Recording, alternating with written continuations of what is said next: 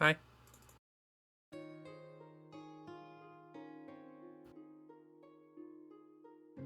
Ah! How goes it?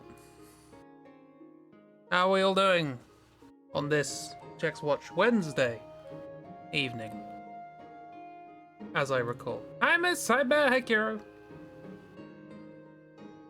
Having food? What are you having?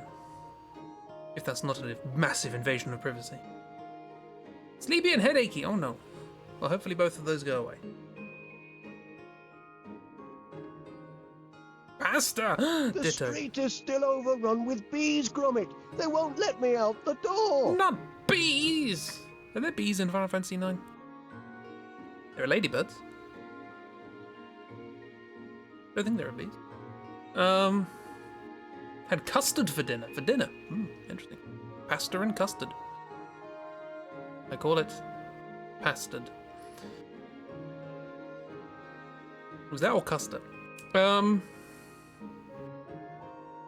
Pasta good. The street is still overrun with bees, Gromit. They won't let me out the door. Still overrun with bees. My word. I thought they would have gone by now.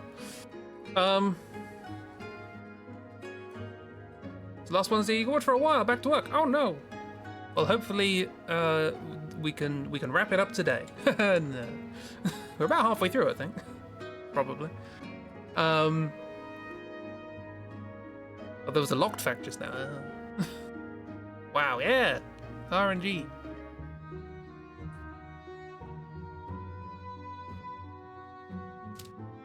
I'd say it's a 1 in 70 1 in 160 chance, or 170, or whatever it is at this point. But I mean, I don't know how many times you've used the command at this point. So.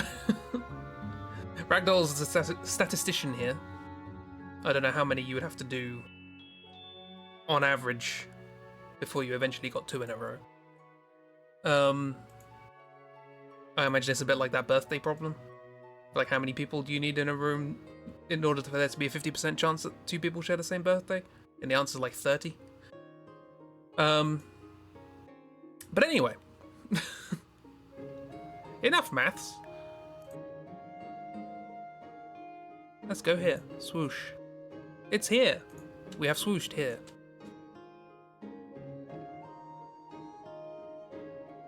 You refuse. A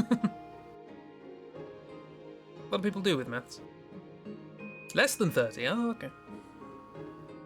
Yeah, the probability is weird.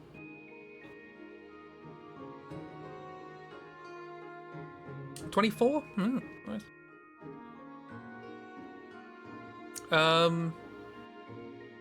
Yeah, so last time I did a recap. There's something appropriate about that sentence. Sort of self-reflecting. But as a consequence, not a lot actually happened. What did happen? Well, we went to Lindblom because it got eaten the time before by Queen Helga's new toy, Atomos. And it's a bit worse for wear. But we got there and the king's fine. This is Princess Butterknife's uncle. What was his name? Oh yeah, King Fly, obviously. And he has a plan. Because, well, he kind of has a plan. He's got what's left of a plan because everything else has been broken and eaten. And that is that the person sort of behind the Queen's new magical army stuff, Mr. Swan, was seen flying from across the seas. And so it might be worth knowing what was going on there. So he gives us a map of the outer continents, which have not been explored for hundreds and hundreds of years because there's no mist there and all of our machines are powered by mist. And we are told to try and find a way to get to the outer continent, and also that there's an archaeological dig in a swamp nearby and they found weird monsters that don't exist on this continent, so that might be a good place to start. We go to the swamp. Evidently I did some animation here. Quimbsh. Invisible Quimbsh. I believe one of Quimbsh's abilities allows them to go invisible. Pretty certain that's the thing. Have to eat something that does go invisible by itself, but you know, standard. Anyway, we go to the swamp. We go to the swamp and we find Quimbsh. Quimbsh is there. They're safe. They didn't blow up in the tree. And they rejoin us in our efforts to try and find whatever's going on. And they find whatever's going on because they chase a frog into a part of the swamp that no one's really been to, which has a ruin in it. And we go down into the ruin, and it's very safe down there. Because we get chased by big old horrible things. It's fine. Don't worry about it. Very exciting music for a perfectly safe ruin. Swamp. As this is all happening, Queen Helga is talking to a couple of new recruits, having just fired frickin' Frack. Drawing Simeon's guys. It's fun. It's a good time. Yes, so she talks to a couple of new people, Knuckles from -- Sonic, and Harold, who are basically bounty hunters. And she asks them to get the pendant that Princess Butterknife has been wearing around her neck, because it belongs to the, it belongs to the crown. It belongs to the family, not her. Whatever, I don't know. Anyway, but she also says she doesn't particularly mind if you kill the princess in the process. That's not what's important. That's not what's not important. Given that these streams are all about me explaining things, I'm glad I can speak. The Falcon Claw pendant, yes, thank you. So Harold is like, brilliant, this sounds great, I'm gonna go kill a princess. And she jumps off. And Knuckles from / Sonic is like, you say there's a guy with a tail. I'm gonna take care of that first, but then I'll do your job. Bye! Anyway, shenanigans are happening underground. We survive, but we are accosted by Harold, who stops us and does what they promised, which is just absolutely wail on the princess until she dies. But eventually we defeat her. Dying in this game's a whole different thing. So you get knocked out, you don't die, whatever. So yeah, we defeat her, it's all fine, we keep the pendant, and everything's good. And she buggers off, for now! But we carry on through the place, which is full of Fossil Roo, I believe it's called. This big underground network of caves and tunnels and so on and so forth, and it's houses a bunch of these Gargant friends who are running around on the ceiling, and we hitch rides. And Quimbsh tries to eat them, apparently. In doing so, we also save a Moogle in some rocks. We meet up with Muffin, who sells us some bits and bobs for some money to help pay for their trip. And eventually, we get to the end of this whole long sequence of tunnels and so on and so forth. In Final Fantasy, there's battle death and story death, exactly. And they are two different things. They have been ever since Final Fantasy II. You can use items of magic in battle to revive characters who die or get knocked out, exactly, yeah. But you can't really do that. It's a bit like how in these games there's a status effect called Petrify, which just turns you to stone, but you can just use an item called a soft, and then you get unstoned, and everything's great. But that wasn't good enough for March, because he got story petrified. So they needed the super soft to do the same thing. He got he got story petrified, so he needed story cure. That's how it works, right? Same with battle death, battle cure. Nope, story death, no story cure. Well, there might be resurrection in one of the games, I don't know. Actually, I kind of do know. We'll get to that. Will we? I'm not going to do a draw through of every game, are we? But anyway, yes, we eventually come out on the other side, and we wander out, blinking into the sunlight. Quite literally, because we have arrived at a place where there isn't mist for the first time. I was like, oh, bloody hell. So we have actually found the outer continent. Or an outer continent. And it is time to explore it.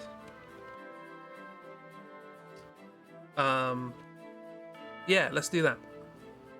It's sunny! There's sun! What is this? What is this bizarre thing? I thought the mist just glowed up above. No, there's a sun! So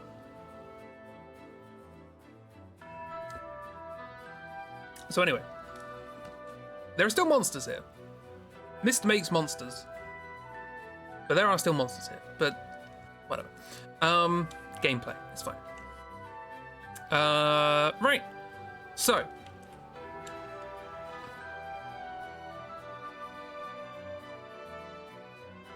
We have left Silent Hill. Yes, we are now in Shepherd's Glen, or whatever. Actually, Shepherd's Glen was also foggy. Why do I remember the name of Shepherd's Glen? That game was awful. Anyway. What do I draw? We arrive. We wander through this place, which is sort of like... It's not desert, but it's like very like cracked, parched ground and all that sort of stuff. Because obviously, you know, there's the baking hot sun. There's no mist in the way. Thinking about awful games lately? Can't think of why. And we come across a place which is sort of bridging a chasm over sort of two big tree roots. There's like a couple of tree roots. There's a sort of big sort of cliff chasm thing going on here that leads to a mountain. And it's sort of like the only way to pass this big old thing. And it's a weird looking place. I probably can't do it justice from memory, but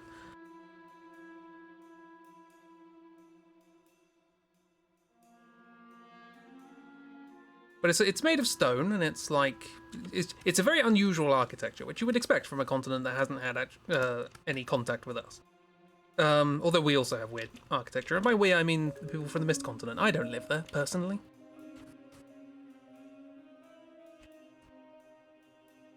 But yeah, so this thing's just sort of built, suspended over this place, suspended over a chasm. So I think, oh, go there. There's not much else going on. There's a forest nearby, but there's nothing in it. There's some owls.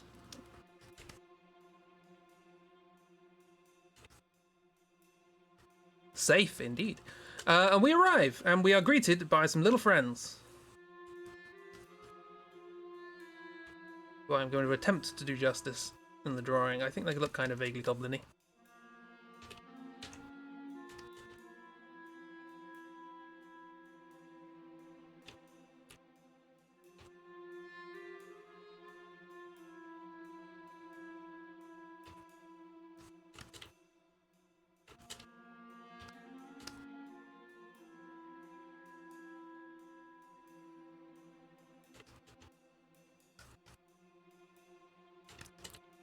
They're big ears, they got big ears now.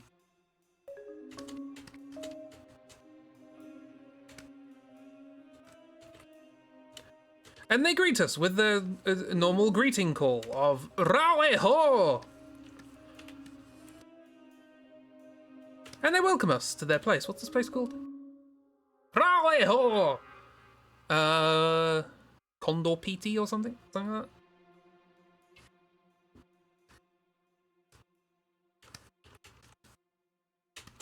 Dwarfs!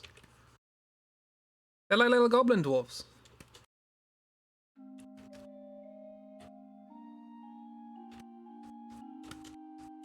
They're like, hello! Who are you?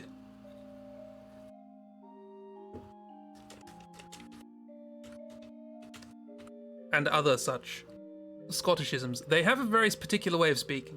And by a particular way of speaking, I mean transliterated Scottish.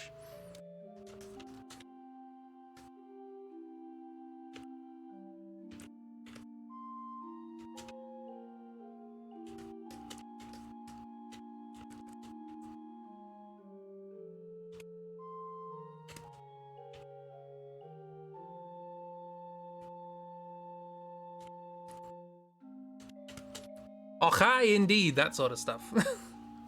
I should have taken screenshots of some of it. I remember sending a screenshot to Miss a while ago and being like, "Hey, look at this."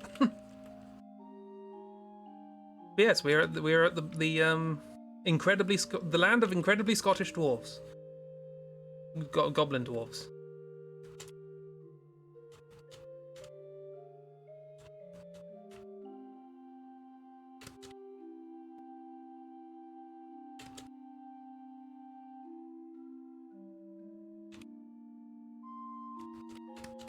That'll maybe Irish. It's definitely Gaelic area, sort of Celtish. Actually, hang on. Condapiti, apparently it's called. BT dialogue.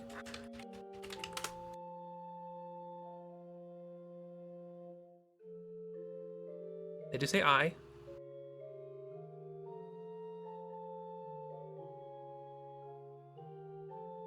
Oh yeah, I forgot about this. If you didn't say rally ho, then you can't enter Condor PT. Aim tune dwarves. So they have to say rally ho to enter. Before they're allowed in. My Scottish accent is atrocious, I apologize. It says dinny.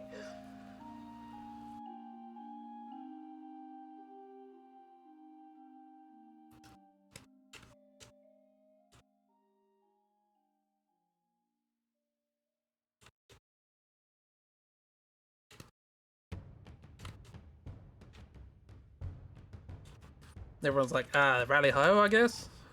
I'm gonna blame you considering what you had to read. All the dialogue of every person in this place is like that, and there are quite a lot of people here.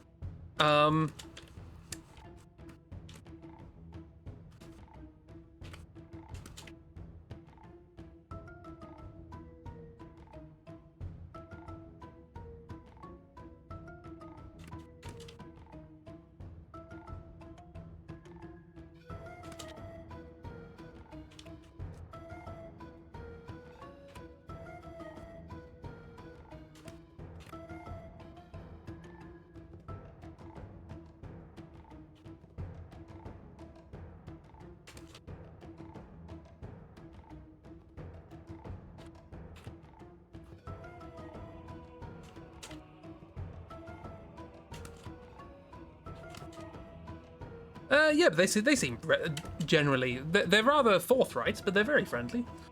I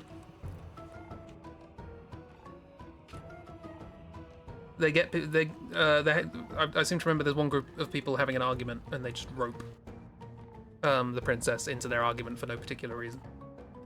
They're all very enthusiastic. Yeah, this is why I said I'd have to apologize to Miss, because in order to be authentic, I have to do the voice. I didn't have no option.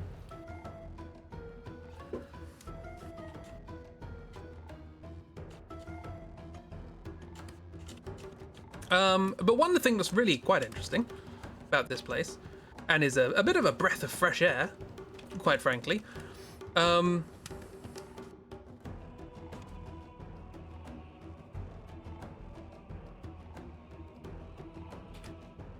is that they're very nice, but more importantly, they're very nice to Vivi. After the last few places Vivi's been, this is quite surprising. They love Vivi. Vivi's great. They're chatting like they've known him for years. And he's like, oh, I like these people.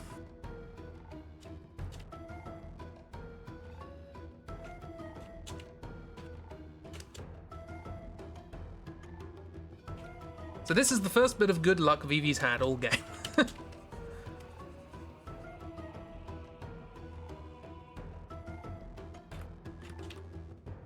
Finding a very lovely group of people who are very enthusiastic to see Vivi.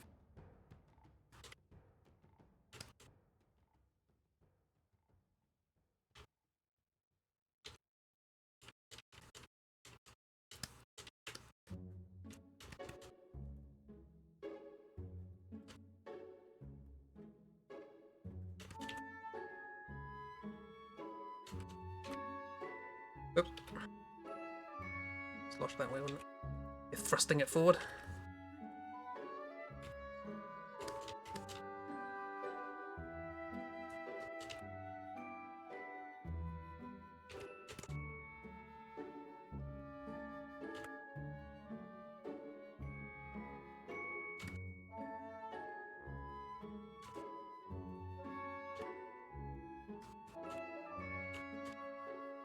Also, I know they're technically dwarves, but they do look like goblins. And the area that we're in has a lot of goblins as enemies, so I feel like there's a kinship between the our other Scottish goblin friend.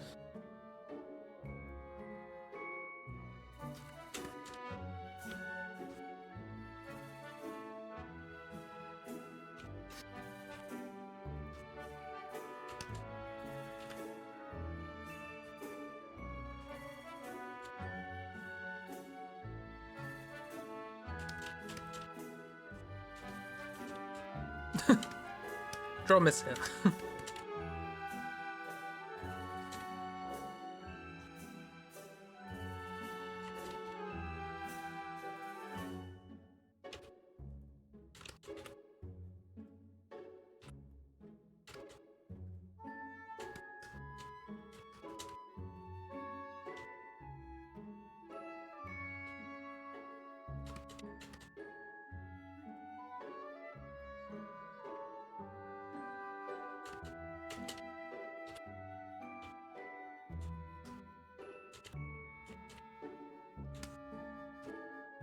Anyway, misses it. I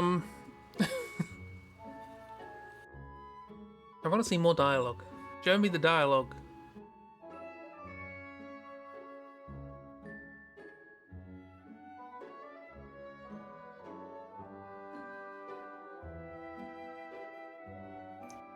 It is nae my fault I'm so comely, a lich.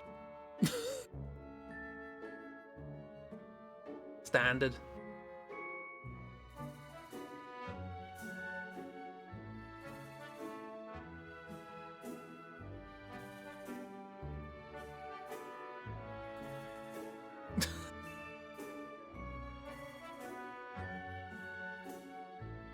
They're very boisterous.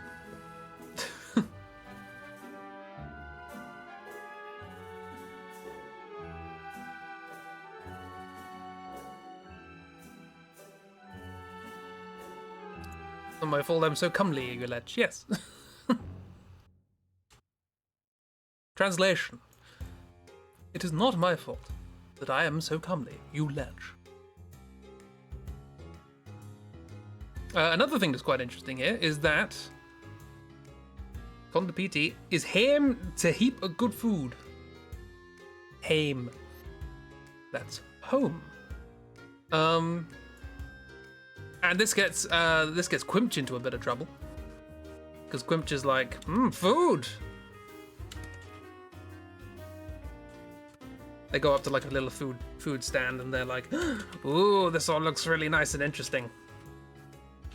And the dwarves say, "Oh, aye, this food's great. That'll be so and so money." And Quimbsh goes, "What do you mean money?"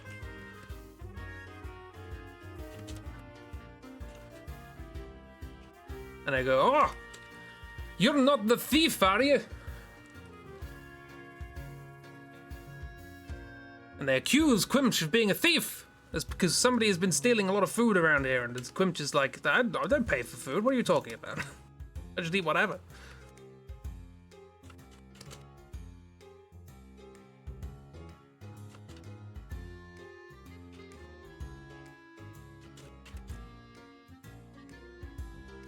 Sounded like a Northern Englishman then. Look, I told you my Scottish accent is terrible.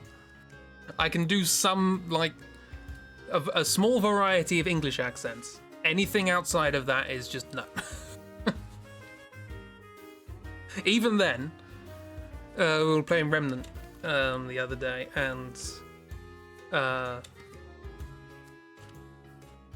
we were in Yarnham, as we have affectionately referred to it as, basically Victorian England, industrial, but alien. And there was just a note from someone, and I did my Cockney accent for it, and just halfway through it completely slipped into being a Cornish accent. So I'm just not good with accents, frankly.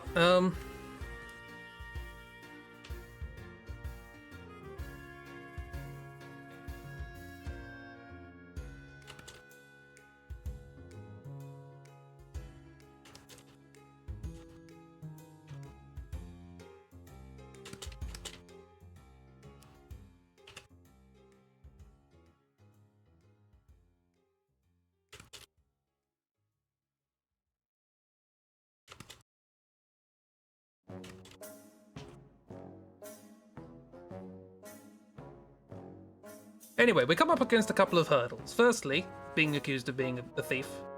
What with there being a thievery happening, even though that happened before we arrived.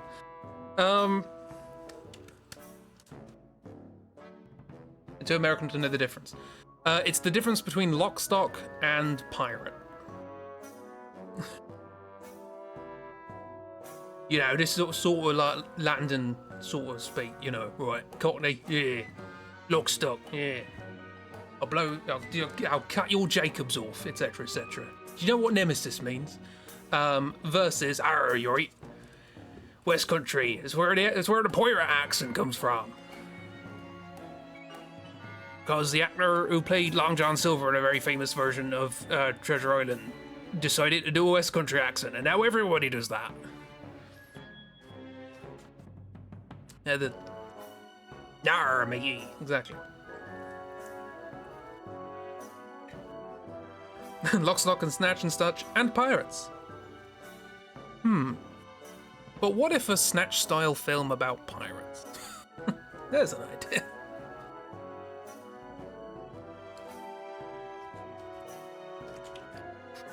The other problem we have is that the way past is like sacred ground for these people. And only very specific people are allowed through, including like the high priest of this place, and newlyweds, and various other people who, none of whom we are classified as. So we can't actually get through. Which is a problem. We assume.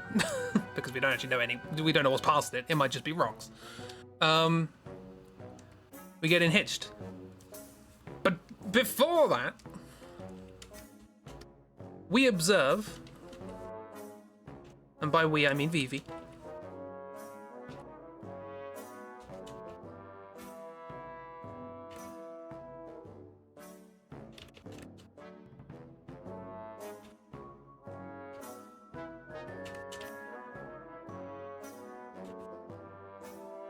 and by observe I mean observes, as grammar.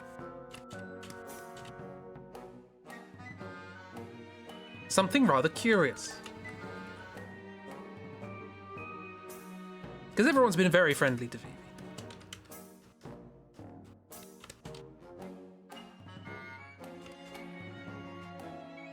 My drawing hasn't been very friendly to Vivi, but everyone else has been absolutely lovely. Treated him like an old friend. And a reason for that, possibly, maybe, I don't know, I might be surmising here.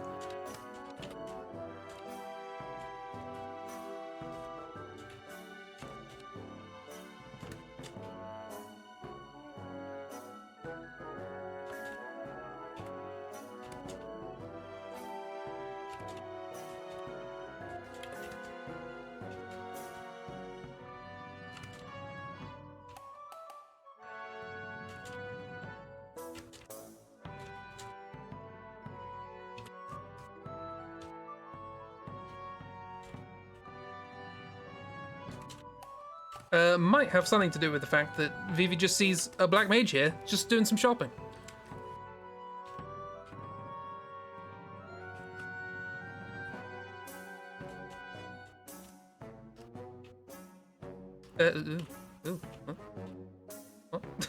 Oh, right, okay. Weird. Accidental tool. I'll leave it at that. So yeah, they're just walking around doing some shopping, selling some goods, making deals with the local dwarf folk. Now, upon seeing Vivi,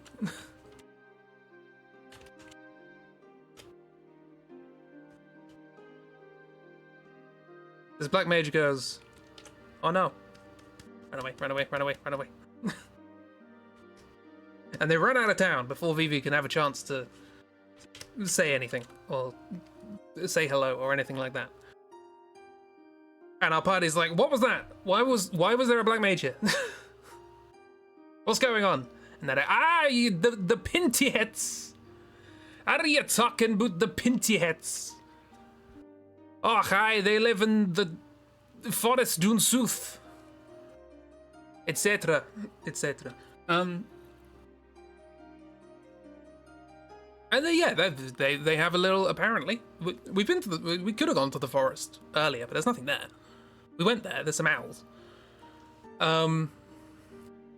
They call them the Pinty Hits, hence the name of this stream.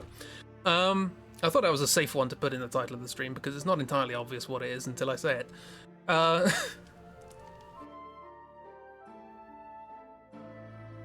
We're told I sound exactly like you do. What, I bet?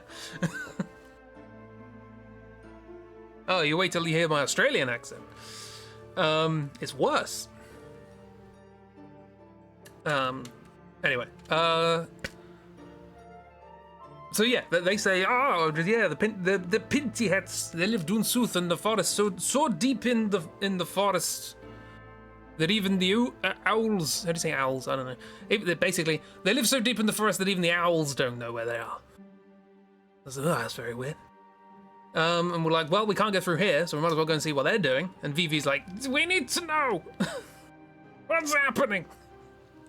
So we go to the forest, and we get to like a crossroads, and there's some things, and there's owls everywhere, and there's a little puzzle of one of those things of like you're sort of going down like Lost Woods Zelda kind of thing. You got to take the right path so that you can actually make progress, and if not, you go back. But the puzzle is basically you go the direction that causes the owls to leave because they're not that deep in the forest. So it's kind of, yeah, you kind of use the owls as a guide. You go where the owls aren't. And you eventually this was something I could have prepared in advance, but I didn't. Why do I keep doing that? Keep breaking everything. You get to like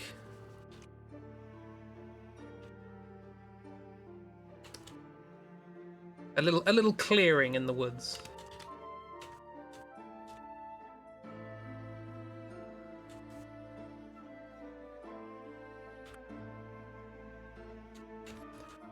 Beyond which is just like desert and dead trees and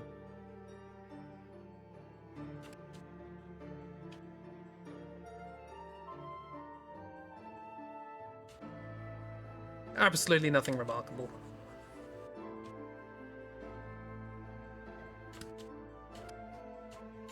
But you chase, you find the black mage that just came from the place, and you chase them there, and they walk up to this place.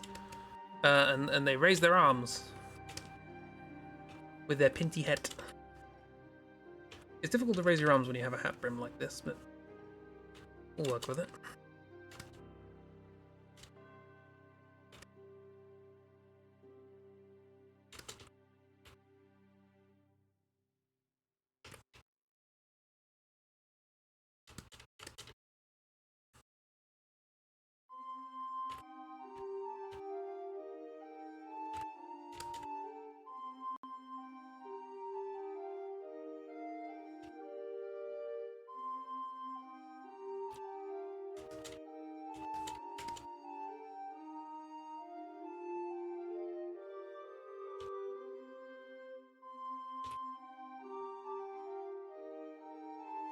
Oh, I should have been taking notes. I watched clips of Good Omens 2 today, and got to hear Crowley's fun Scottish accent. I should have taken tips.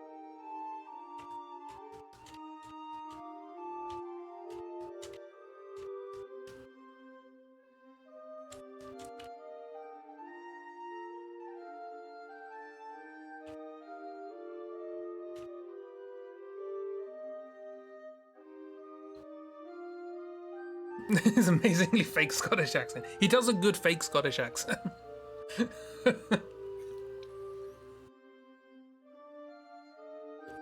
Yes, despite the fact he's Scottish.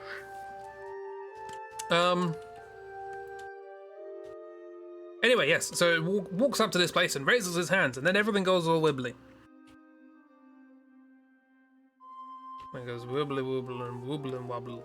And everything wibbles and wobbles around, and oh, strange. And then it turns out this whole thing was actually an illusion, and there is in fact a quite lush, verdant forest beyond that they have hidden, what with illusion and magic and such. And if we head deeper into the forest, we come across somewhere. Not Wibbly. Yes, Wibbly. It's a fun effect. And we come across a village. A little village. With sort of huts made of wood and straw and mud and things. Rickety planks of wood. And all the buildings kind of look like little black mages. Cute.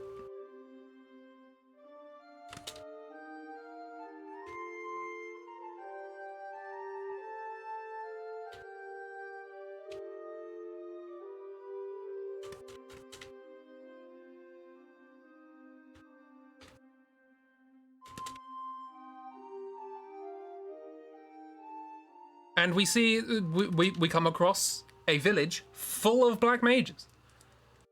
There's just loads of them. They live here. And Vivi is very excited. Vivi really wants to know what's going on. I won't be able to force my way through these doors. Hey, Jim! Oh, you missed my terrible Scottish accent. How you doing?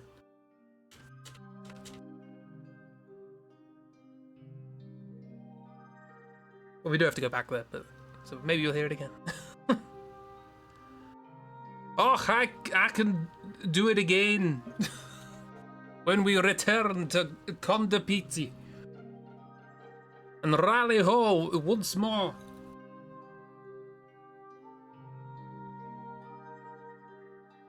It's amazing, isn't it? Uncanny.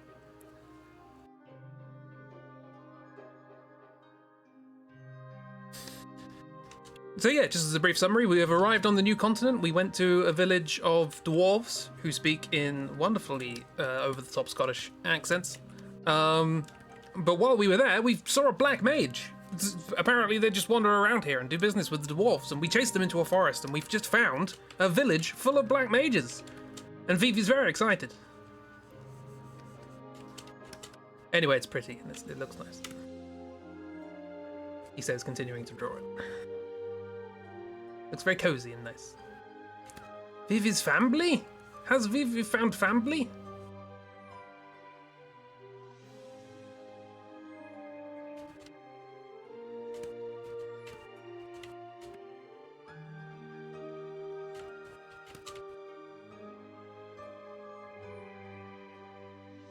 In amongst the forest.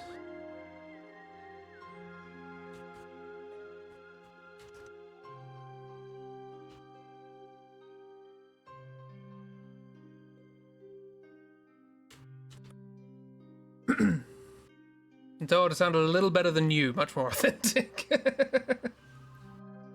Yes, exactly. Yeah, not so nice black mages. They're very friendly. And they speak. They actually talk. This is the first time we've heard a black mage talk other than Vivi. And all of our characters kind of split off to work out what's going on. Quimbsh finds a room where some of the black mages have a chocobo egg and are trying to hatch it. And they're desperately trying to stop Quimbsh from eating it. As one does when Quimbsh is around.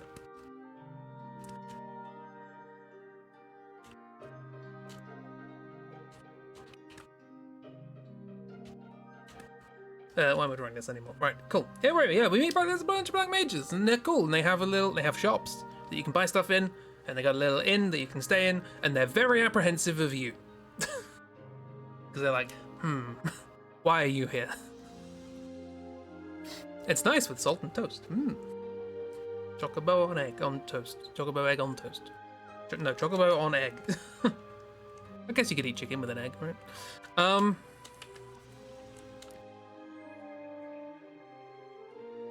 Yee. And so Vivi comes across a couple of them and speaks to them and all that sort of stuff.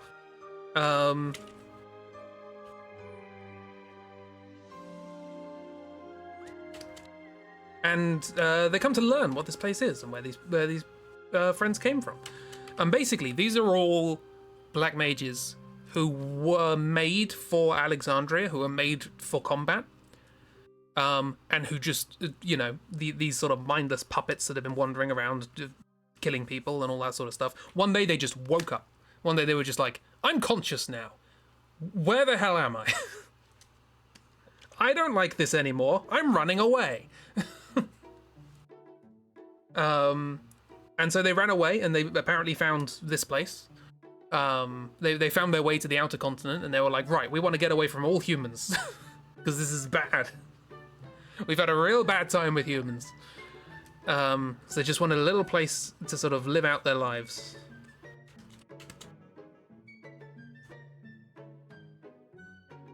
And they've also got, they don't really have names, they have numbers. So it's like, Mr. 74 and Mr. 183, because they just had a serial number, I guess. And that's their name now. Yeah, a little haven for them in the middle of the woods.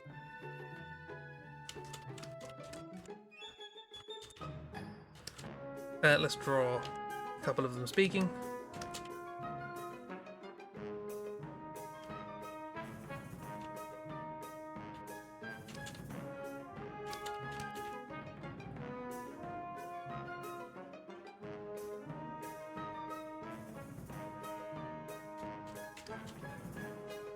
'47, Hitman's Black Mage. There was a 47 in. I'm sure I was playing Final Fantasy 9, and I remember the 47 coming up and going, ooh. So there might actually be a 47. I can't remember the circumstances of that.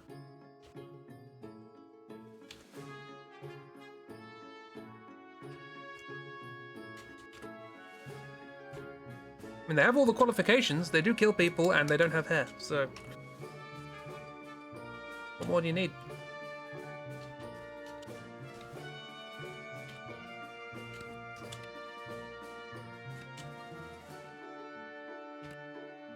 Yeah, they didn't want to kill people. Basically what Vivi's learning here is like, well, firstly, that these things actually have consciousness or can get consciousness. But also that they don't want to kill, they just sort of do until they wake up. Or they just follow orders until they wake up. Not all of them wake up, but some of them do.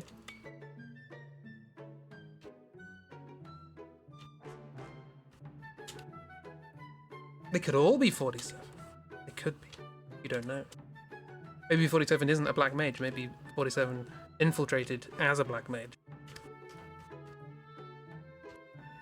And then spent the rest of his years looking after pigs on the black mage farm and making sure nobody came to the village.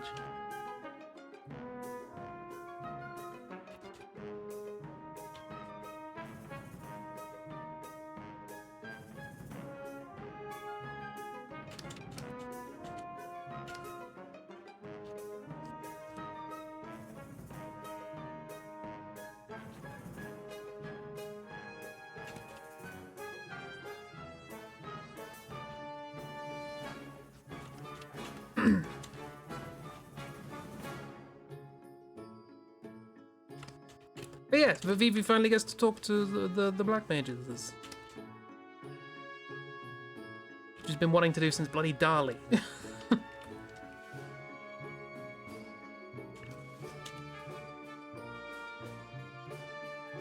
Anyway, how's the Chib? Is the Chib doing well?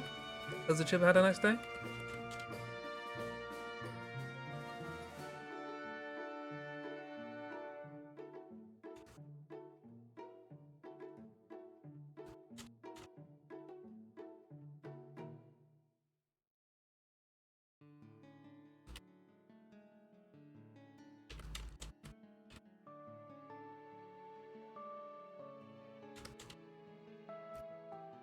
Jivers are tired and full of mosquito bites. Everybody's being bitten by mosquito bites. Being bitten by mosquito bites. Being bitten by mosquitoes over the last week. It's just suddenly a thing. There have been mosquitoes around, but for some reason the past week has just been blah. Mosquito time. Mosquito time.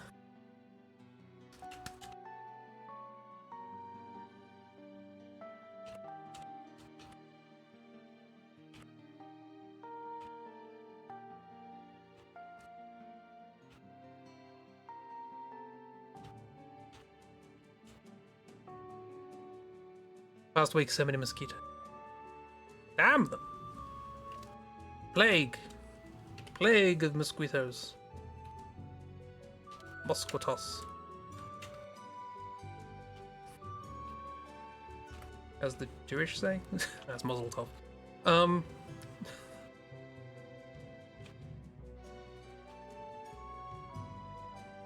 I like the idea of I like the idea of just people going, "Damn, Mosquitos."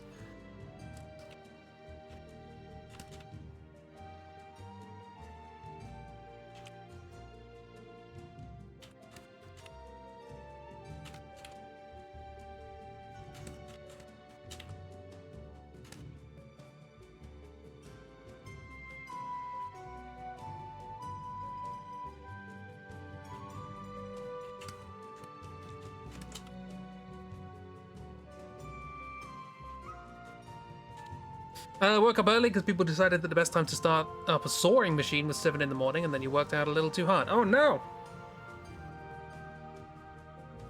Yeah, I hope you can get plenty of sleep. That's the goal.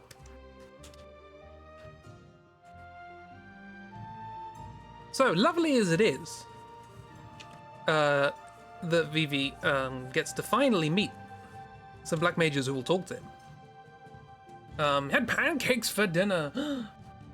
Panakuka. Eat.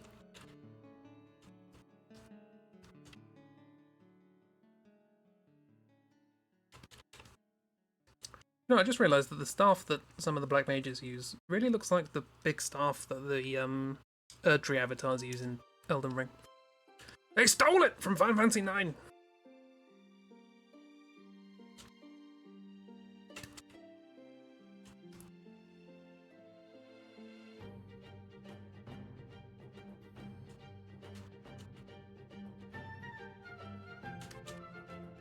But yes, lovely though it may be, that Vivi finally has an opportunity to talk to one of the people in this place that has a little more wisdom about these things. Some of them are very naive, because I mean they haven't really been alive long, all things considered.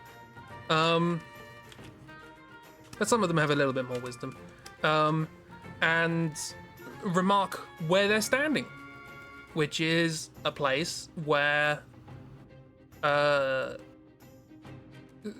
sometimes the black mages just kind of stop, and we put them underground for a bit, and yeah, maybe they'll come back, but they probably won't come back.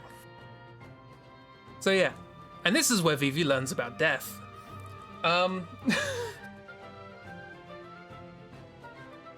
So it's explained to Vivi that they're built with a limited lifespan, right? Now Vivi is a bit different, because Vivi was made, wasn't made with the sort of main production line, probably some sort of prototype or something like that. But it seems roughly about a year after they're, switched on, they just sort of stop. Yeah, they don't live long. And yeah, so Vivi now has to process this.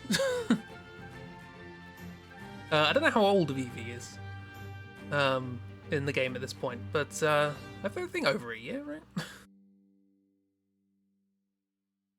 Yeah, they die pretty quickly. And there's a bit where, like, I've always liked this line, which is where the sort of, as it were, elder black mage, I don't think they really have a social hierarchy, but the one who seems to know more of what's going on. Physically like 6 months. Oh, okay. But the one who seems to know more what's going on is like talking to a more naive one, and the naive one's like, oh yeah, well, this is where we put number 73 under the ground, and hopefully it comes up again someday. It just sort of stopped, so we put him underground, that's what we do. And Vivi sort of comes back later and talks to this person and is like, so when you say that they've stopped, and the black mage is like, it's very kind of you to use our words, but you know what it means. You can call it dying. It's fine. I should always remember that line. Why does this game make Master Vivi suffer? It's what I learn about death. He's 6 months.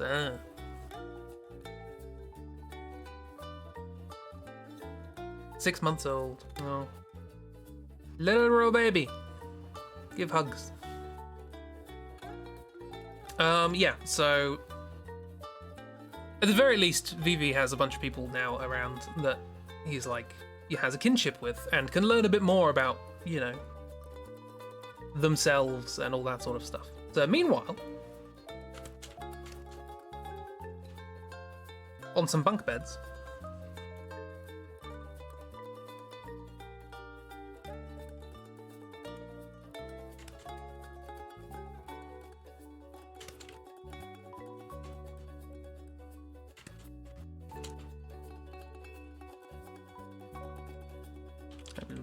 poses everyone.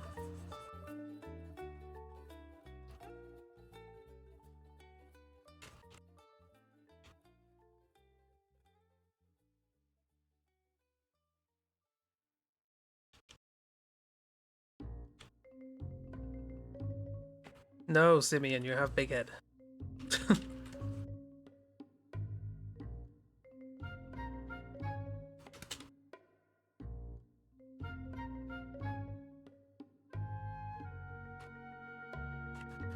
So yeah, we stay here for a bit, and like I say, Vivi's sort of chatting with everyone, and it's kind of assumed, at the very least, Princess Butterknife just sort of assumes. Oh no, not Princess Butterknife. Simeon. I don't think Quimbsh assumes. I don't think Quimbsh assumes anything, but I think Simeon's just like, well, Vivi's found a place to be happy.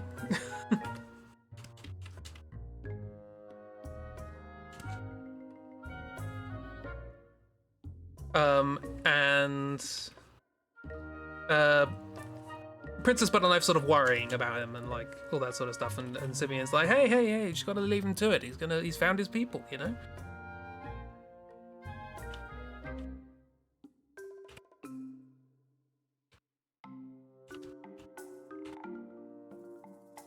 And in order to sort of calm her down, this is a story that's going to require a bit of reminding that this game came out in the 90s. Because I'd forgotten about this.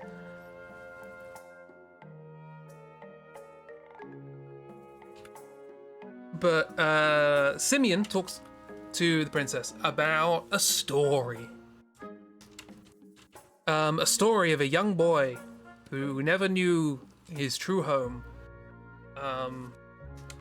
And all he could remember about his true home was a blue light, which is not particularly helpful for trying to find your true home. And he was taken in by some people who called him family. But one day he decided to run away from home to try and find his real home, try and find that blue light in his dreams. And he left for a year to try and search for this place. And he didn't find it, because when all you got to go on is a blue light, you're kind of screwed. And when he got home, he returned, but when he got back and returned to his adoptive... allow... Am I gonna allow ... slut? Comma.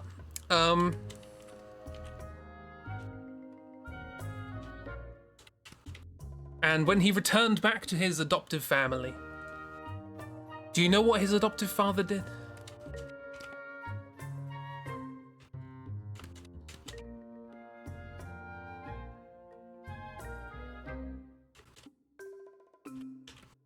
Okay, you're gonna not have the hoodie on in bed because I don't know how this is gonna work. Kick him out? No. He beat the crap out of him.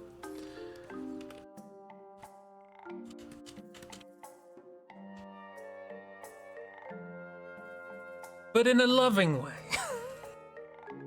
And from that point on, that child knew that that was his true home. Because they cared enough about him to beat him. Simeon's had a time, right?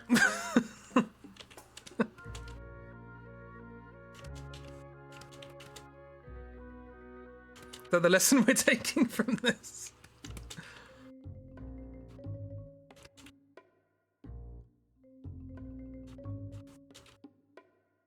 I'm not entirely sure why he tells this story. Something to do with finding family or whatever, but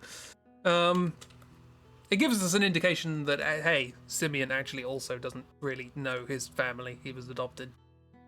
So, yeah, the game came out in 2000. So bear that in mind.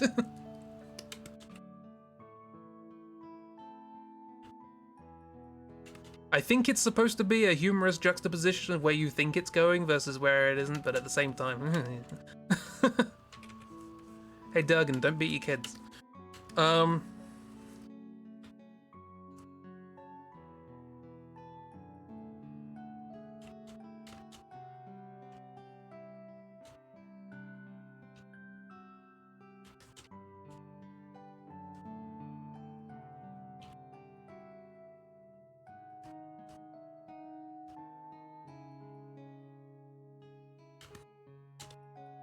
And yet, still better than David Cage.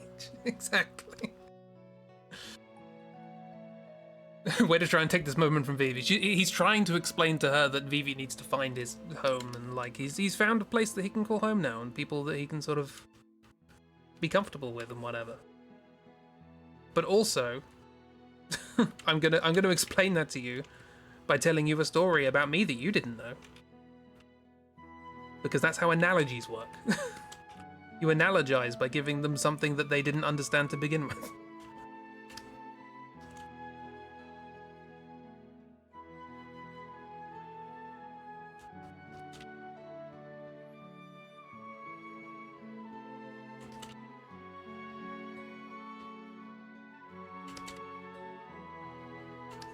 Simeon's not the brightest. Vivi needs to find his home where he gets his ass beaten, lovingly. Like Vivi doesn't go through enough already. Hey look, Vivi's been like amongst his people for 5 minutes and he's just learned about death. Vivi can never catch a break.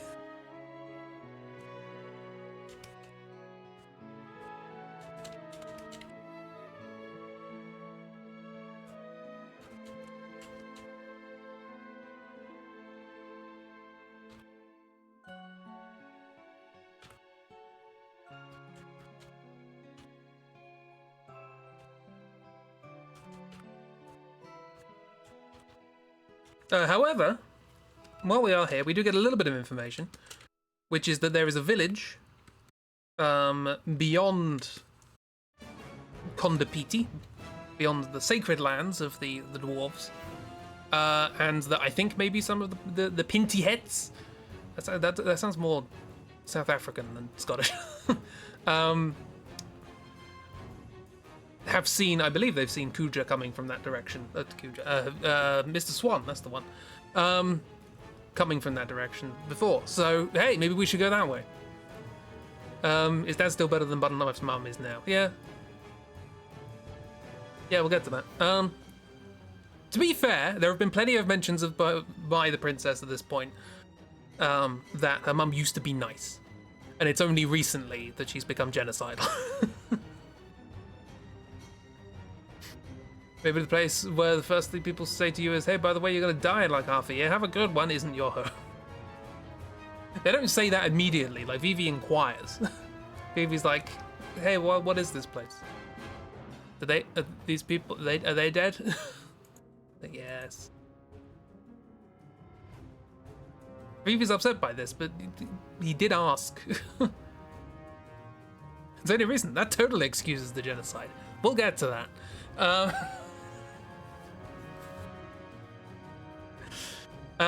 Yeah, so we have all this and we have this conversation and Vivi learns a little bit more about people and all that sort of stuff.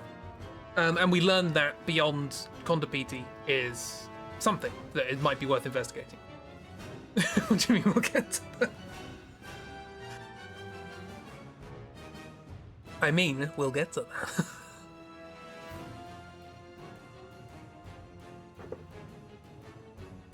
that. No, I never did make the music of the village here is like a kind of slightly electronic version of Vivi's theme.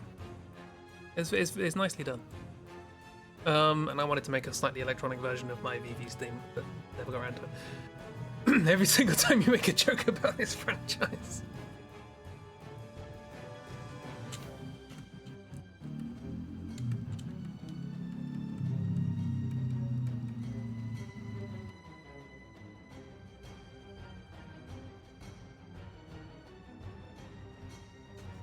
Yeah, context.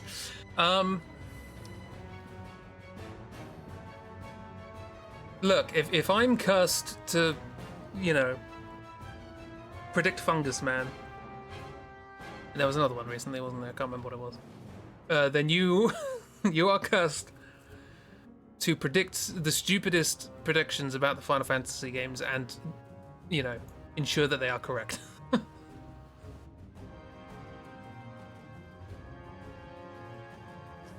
I also don't know why I bought. I drew the bed over here because I can picture the scene in my head of where the bunk beds are, and they're on the right of the frame. I didn't have to for this drawing. But anyway.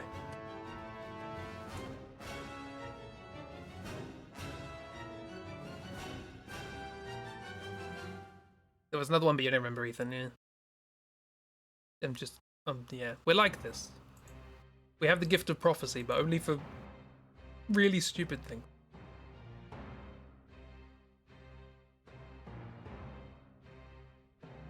Oh yeah, Kira's shared the music in Discord. Yeah, it's a rearrangement of Vivi's theme, which is nice. Frame Man, what are you doing here? Are you a black mage? Frame Man. I had a bit of frame droppage yesterday, actually. I didn't realise. Unusual. Have I got anything open that shouldn't be?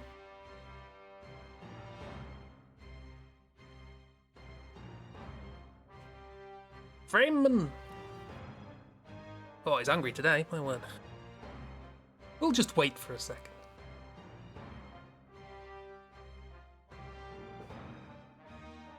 Oh, Twitch has been acting up today. That is a thing. I tried to open my page to put in the title and stuff like that, and it was just a white blank page. And I went back to the stream that I was watching, and a bunch of people in chat saying, "Hey, I can't load any Twitch pages. What's going on?" So Twitch is having a time today.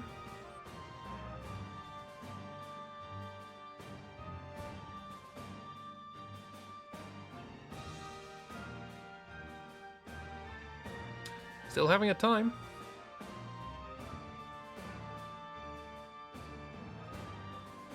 Can't die so hard you freeze on ads. Yeah, that's okay. It is definitely a Twitch problem.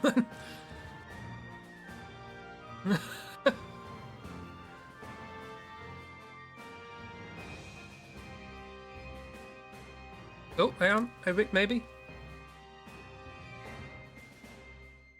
Maybe it's still flashing red. No, green. Have we leveled out? We might have leveled out.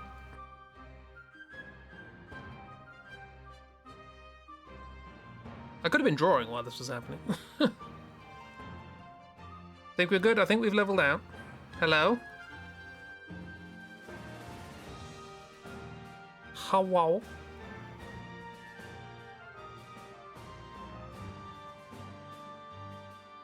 If the on-screen chat looks significantly delayed, refresh, assuming you don't mind an ad, or you have an ad block. Hooray! We're back! Hello!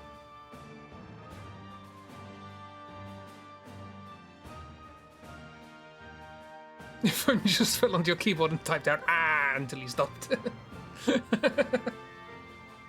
Nice. Or pause and unpause, that also works, but also might give you an ad. Well-programmed things. Yeah. Yeah, okay, but mood. Ah! Cool, okay, so yes, the conclusion to our brief time in the, well, let's say our brief time. We stayed overnight, Vivi did a lot of chatting. And they all seem rather nice, and they understand that we're not here to, you know, rat them out or, you know, drag them back to fight or anything like that. And that we are, in fact, also against the Alexandrian Black Mage military. But yeah, we're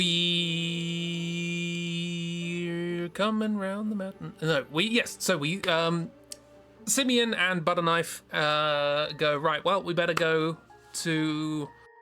back to Kondapiti and see if we can get past them into their sacred land, see what we can do. And Quimbsh comes running along and is like, yeah, I want to come too, because they're not letting me eat the egg. These are horrible people. I need to find nice things, and they're not letting me eat them. So Quimbsh is coming along with us. And we just sort of assume that Vivi isn't. But then Vivi's like, no, hang on, wait up. I'm like, okay, hey, Vivi, you're not staying? I was like, I want to, but at the same time, I want to, like, the people being here. Well, Vivi's realized a couple of things. Firstly, that all of the black mages who are currently fighting actually are capable of consciousness and probably should be helped. And two, Vivi has a limited lifespan and wants to do good things with it. No point just sort of sitting around and hoping things will be fine, because we know where that's going to end. So yeah, Vivi's gonna tackle her. Vivi actually has an explicit purpose now. He can try and save the black mages if possible. Vivi, I know. He wants to do good. He wants to help change the world. Vivi is constant again. Vivi is the protagonist. So yeah, we all regroup and we go back to Condopiti and we say goodbye to the Black Mage friends, and we can pop back in whenever we like because they have a synthesis shop, which is good. They can stick 2 knives together to make a big double knife. They can also put together like some shoes and a scarf and turn it into some earrings. I don't know how this works. Yeah, so we go back to the Scots. And we demand access. No, we don't demand. We ask for access.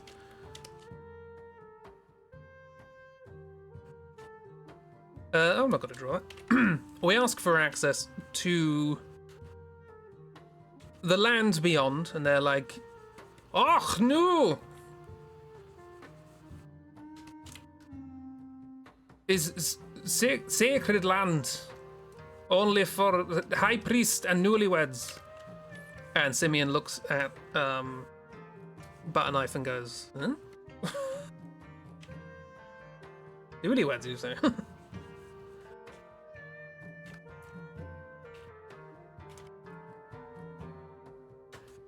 And she's like, ugh.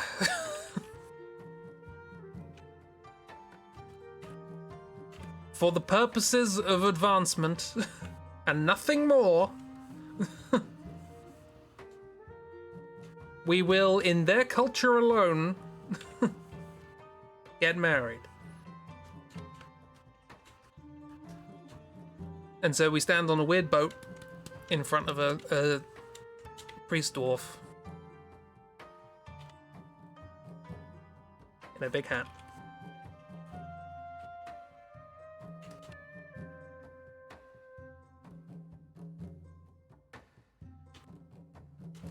They have a stick.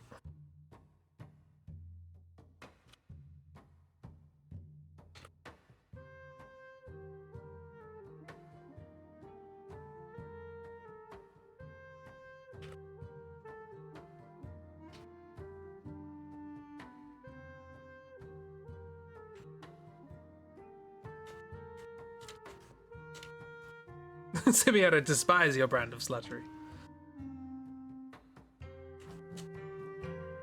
Revenge is coming.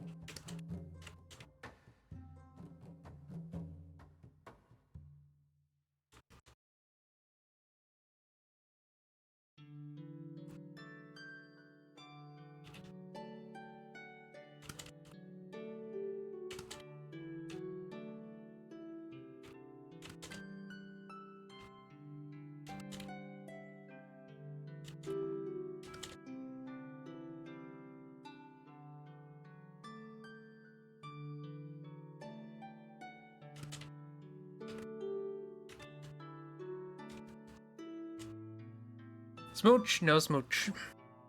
In his defense, it is the easiest way to get through. I mean, what does this mean on the Mist Continent? It means nothing. This is just... And these people seem perfectly happy to do the ceremony. They're not asking questions at all. They're like, yeah, cool, we'll marry you. Let's have a ceremony. Why not? Now, this is all very well for Simeon and Butterknife. But Vivi and Quimbsh are still left behind. They need to get through too.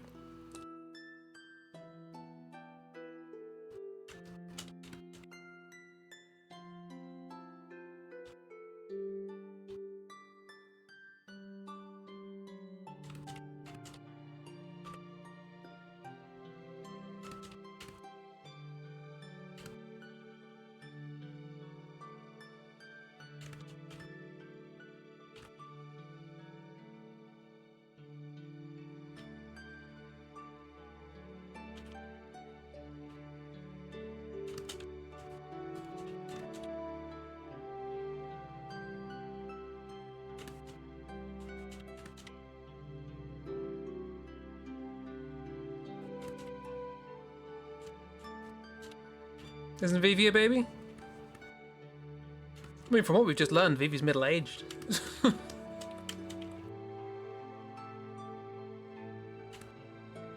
Also, as far as we know, Quimbsh might be a baby. We don't know.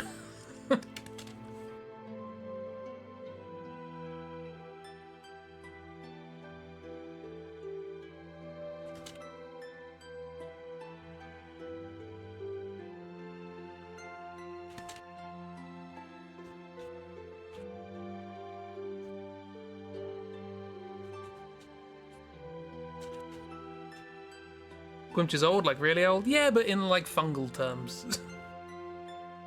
I'm assuming Quimbsh's people are fungi. Feels about right.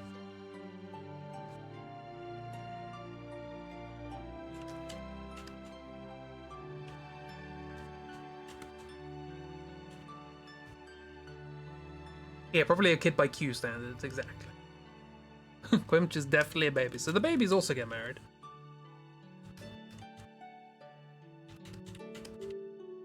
What is it Quimbsh says?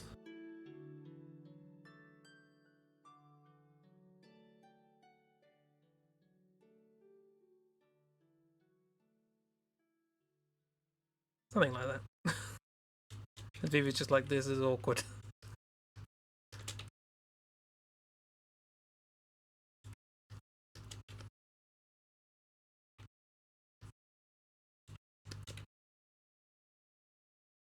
Still tests out the world by putting things in their mouth, exactly. That is baby behavior. Babia.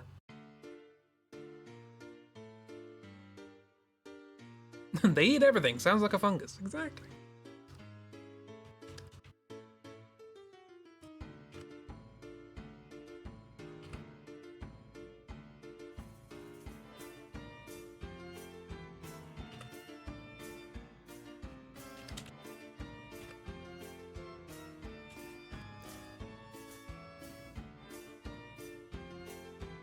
Quimbsh is apparently 89 years old, but based on how the master talks to them and how they act, they're probably pretty young by Q standards. Yeah, exactly. So Vivi is technically 6 months, but is emotionally much more mature, and Q is 89 years old. The Quimbsh is 89 years old, but emotionally much less mature by human standards. Ages and FF are made up numbers. Exactly, it's just fantasy, right? Fantasy races have different lifespans and different maturity rates. It's the thing. I was also just sitting here like, Frame Man, why are you here again? Stop it. Stop it. Stop it. Thank you. Just a brief visit this time. Switch. Very much.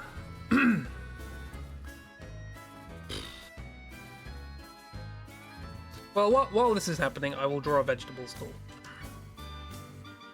Nothing interesting will happen, I will just draw vegetables.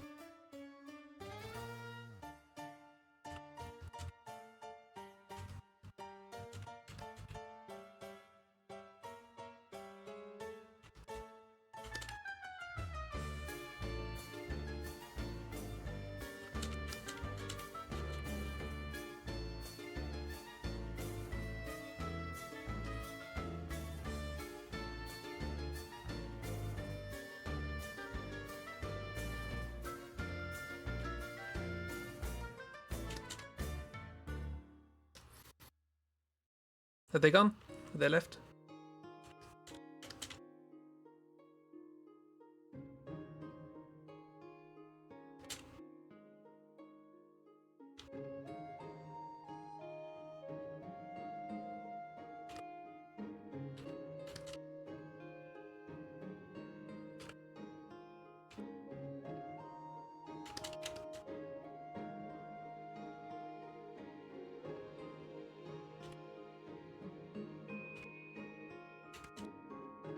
And an ad! Don't worry, I'm drawing vegetables. It's fine. Pause and unpause. As I said, that could make an ad happen. I say as though you can hear me.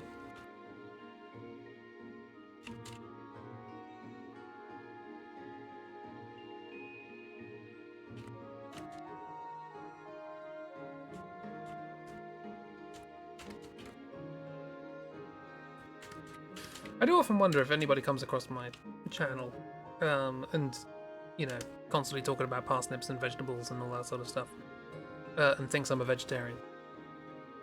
Wonder if that's the thing. Think you good? Seems fine, nice.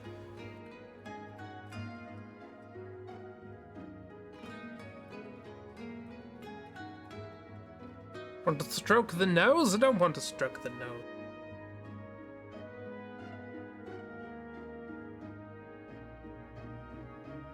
That's another thing that Vivi and Quimbsh have in common. They don't have noses.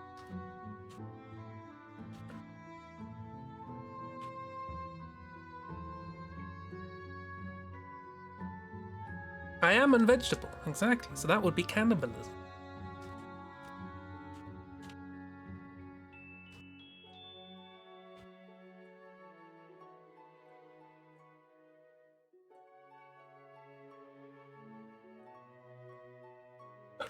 There it is. It took a while, but it got there. Anyway, now that we're married, although Butterknife does continuously remark that this is purely for the purposes of advancing. Plants eat plants all the time. True. I guess animals eat animals all the time as well. I guess it would only be cannibalism if I ate a parsnip.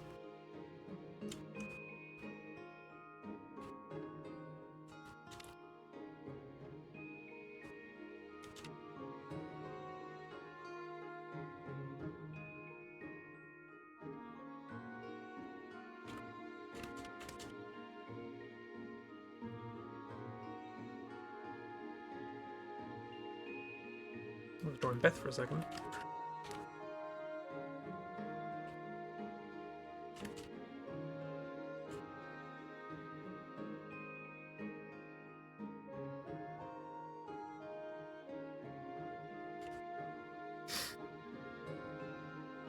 Sorry, Beth.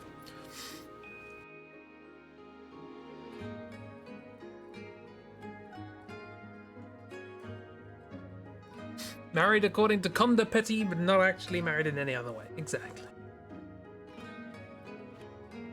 And knowing this lot, they'll probably forget this happened tomorrow, so...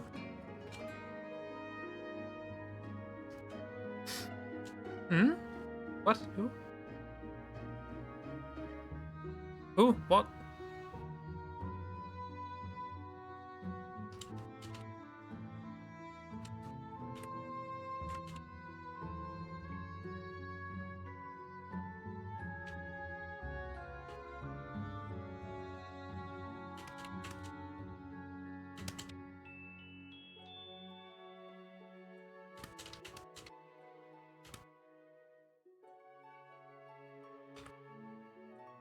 Did I not say bear? I don't believe I did.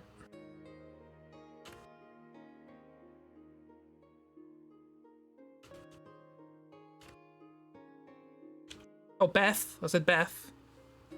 And I do mumble quite fiercely.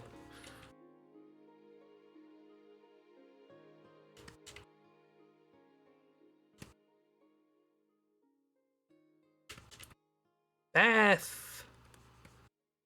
Good old Beth. Hashtag Beth deserves better. Beth deserves Beth to...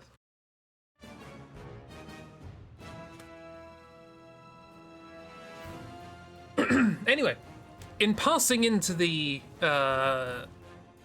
sacred lands of the Condopeti people, we happen to pass by a little vegetable stand as we go. And as we pass by, we hear the people on the vegetable stand shouting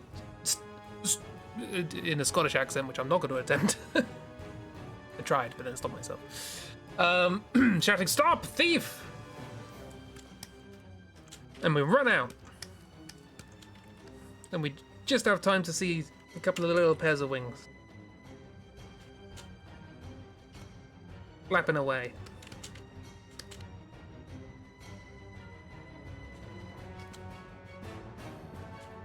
As they run off somewhere. Let Beth drop a boulder on Quill. Exactly. One day.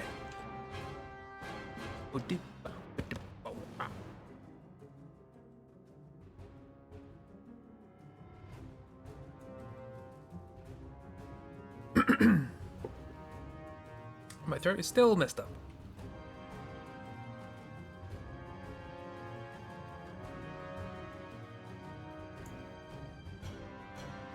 I had the common decency to mute myself when I did that one. So yeah, and we're like, well, we're going this way anyway, let's find out what this is all about. And we run down the side of the tree trunks, down to the other side of the chasm. And we eventually find ourselves on a little cliff. With a little tree root there.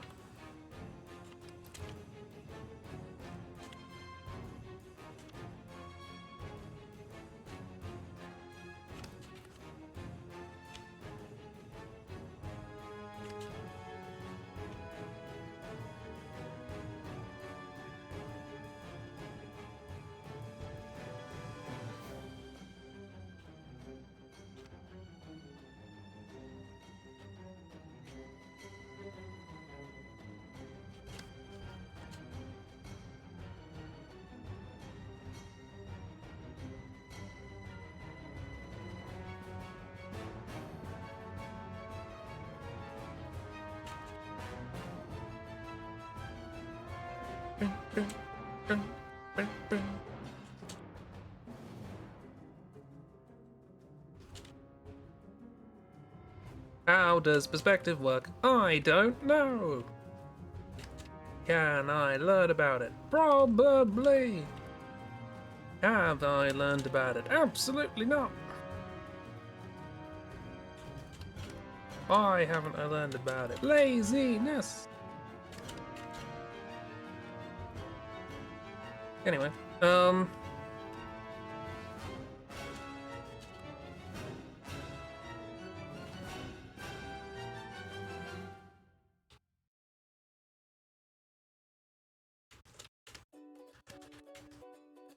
anyway, we see hanging from this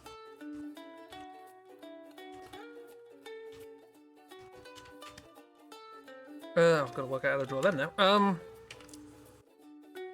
Didn't think about this.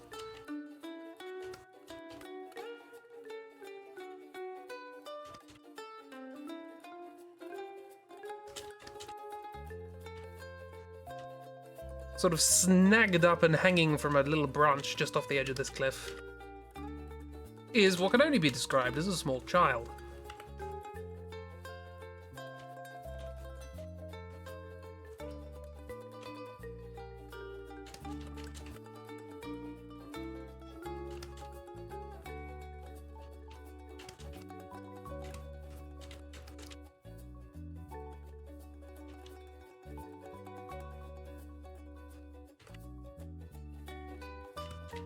She's like 6, exactly. More children, yes.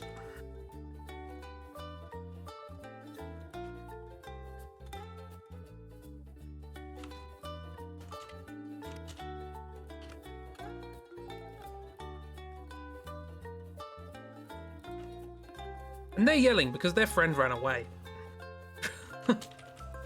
And left them there.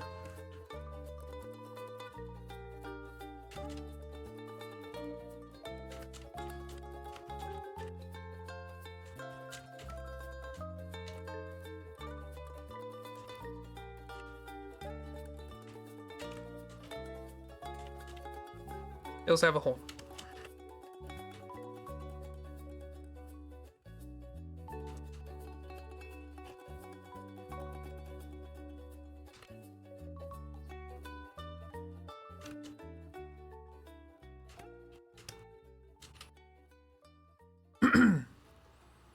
It likes its branch, screaming for joy. Don't interrupt their fun.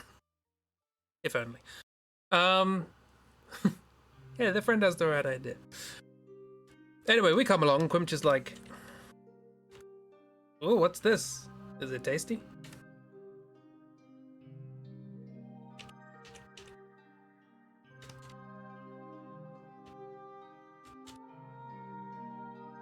And the kid's like, oh god, I'm gonna get eaten. This is not how I expected everything to end. I'm 8 years old and I'm gonna get eaten.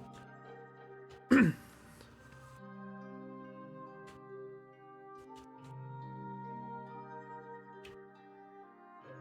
we're like, no, don't worry, we're not gonna let Quimbsh eat you. And Quimbsh is like, oh.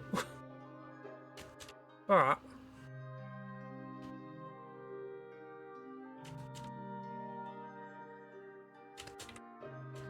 In fact, they get so fed up with the fact that we don't let them eat this small child that they just sort of bugger off for a bit. They're like, well, fine, I will go find nice stuff to eat. I've seen all sorts of weird things running around here. Here's a new continent. So Quimbsh buggers off for a bit. And leaves us to deal with the child. They also have the right idea, I think.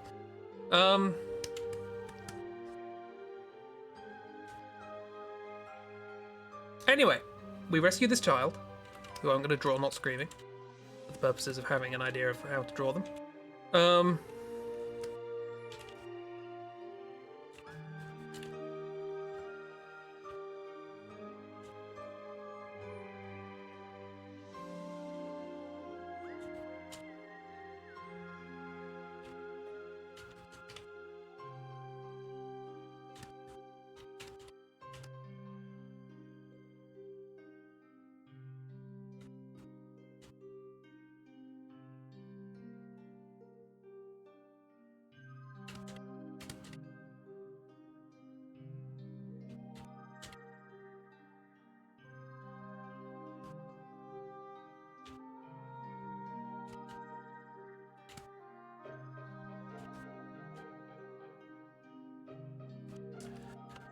And yes, after we rescue them and we explain that we have no intention of eating them,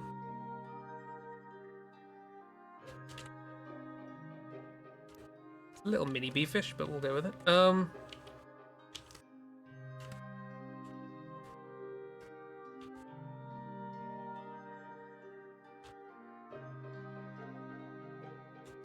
Each has a bigger forehead than this.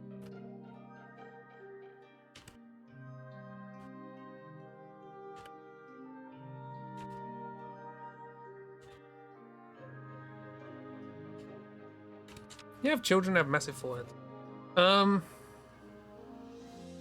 She and Mini Beef are both literal children, so yeah, fair. I'm not good at drawing kids. I know I did it yesterday morning, but I'm still not good. She also has little wings, but they're decorative, they're not real.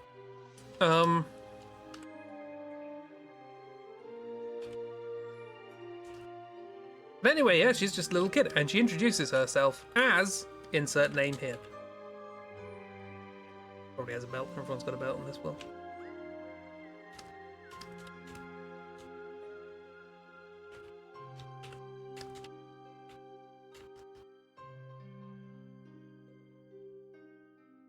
Back in the day, my shortcut for kids was big eyes.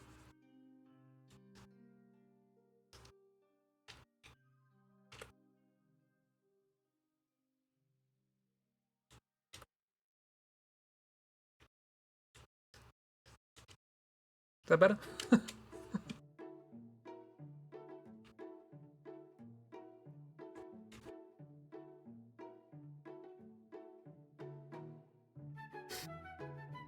So yes, what is this wide-eyed child's name?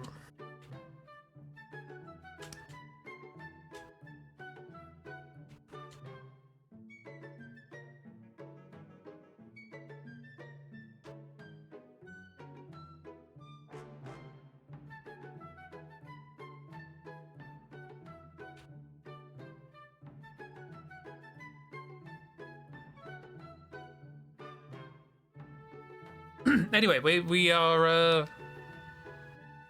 we save this child. Well, Simeon saves this child. Quimbsh doesn't. Quimbsh wanted to eat it. And the child is very thankful and very, oh, thank you, mister. You saved my life. You're my knight in shining armor. Do you want to go on a date? I was like, what? No, where are your parents? And I can't remember exactly what the kid says at the moment, but basically the kid is perfectly happy to take us back to their hometown, lead us through to their village.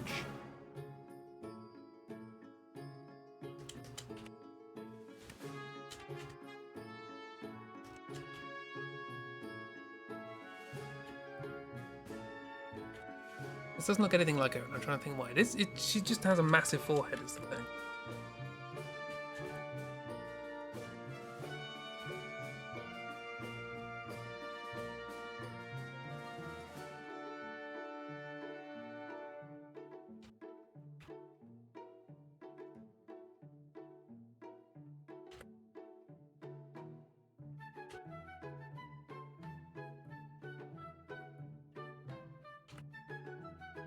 Difficult with this pen to do big eyes.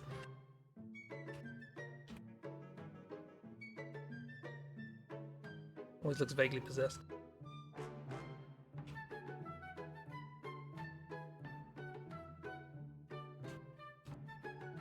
That was worse. We'll go back to this for now. Trying to think of names, can't think of anything other than Brat. That's appropriate. Got huge sleeves. That's just...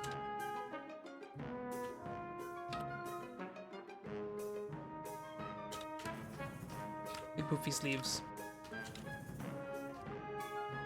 Like, just as I'm remembering, she sort of has like...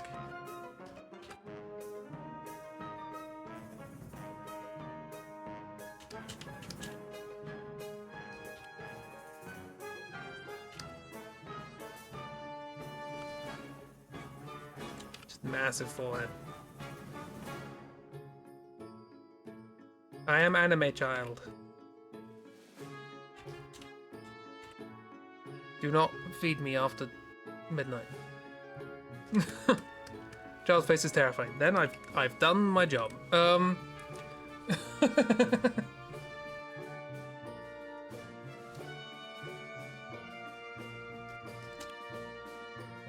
bigger as well. I want to give her those like bowl cuts the kids have when they're like not old enough to choose their own haircut, so the parents do it.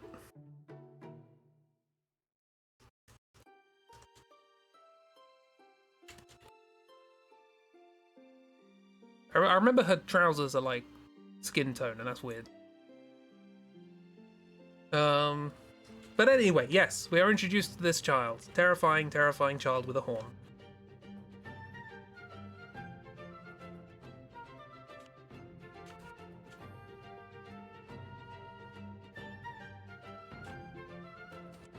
With strap-on wings.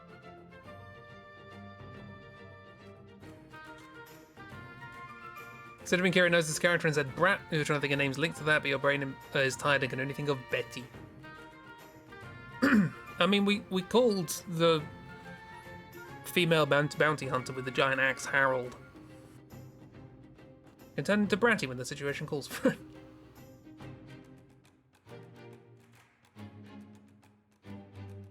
I mean, I'm fine with Betty, I don't mind. Is this Simeon's illegitimate child? I hope not. He's already asked him out on a date. Also, how old Simeon? Like 16? This world, who knows? We've just talked about maturity and ages in this fantasy world. Yeah, she's 6, he's 16. Yeah, I'm not going to think about the timeline there.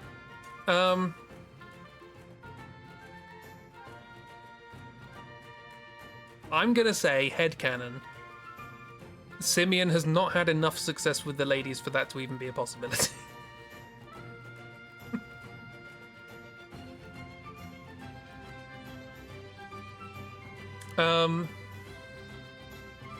But yeah, I'm fine with Betty. Betty's good.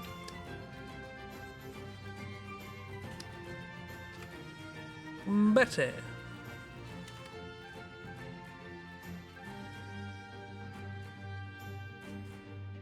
why I did that. Simeon's a slut, but he's not a successful slut. Exactly, that's the thing. Anyway, Hornchild, Betty, under the pretense of trying to take Simeon out for a date, takes us back to the village of their home, but not before we're attacked by a giant.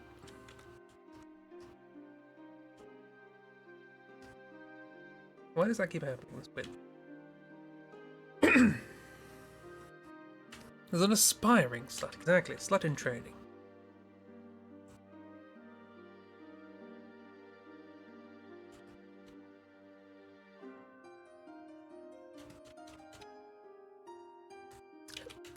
A literal mistranslated giant.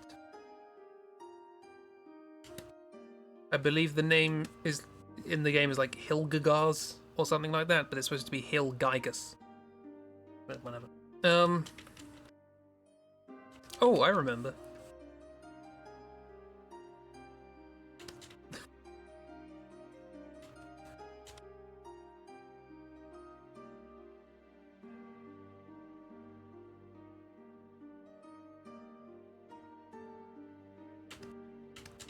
Hildegard. I like the name Hildegard.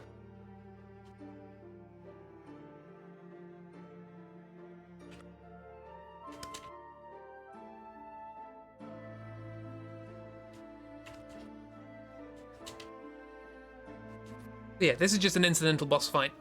Comes out of nowhere, you don't talk about it afterwards. Classic Final Fantasy.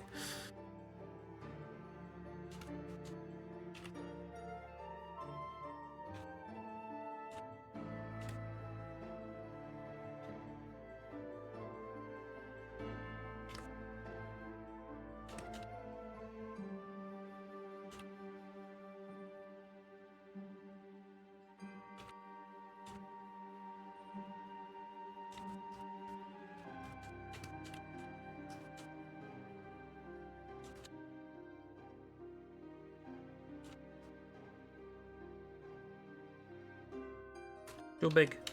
Too swole. Canvas not prepared for big swole.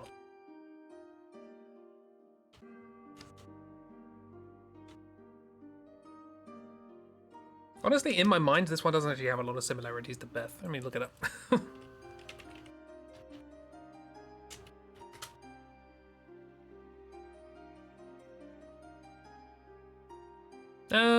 Nope, I was wrong. Cool. The one I'm drawing does, though.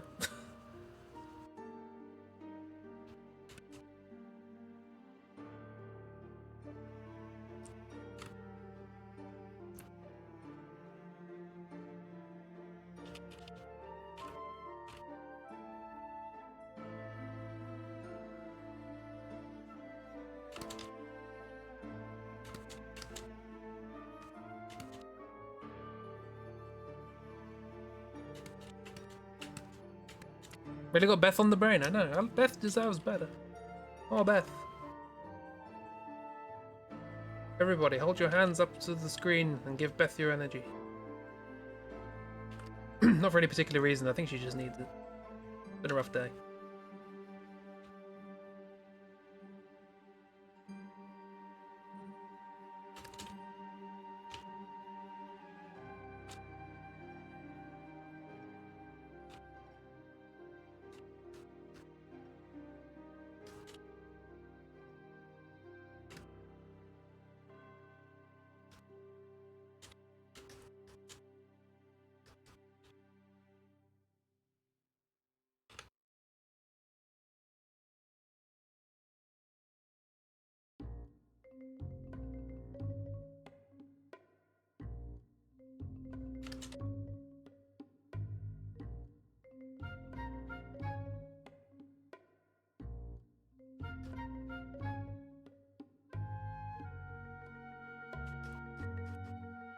Anyway, we fight a giant and we kill a giant.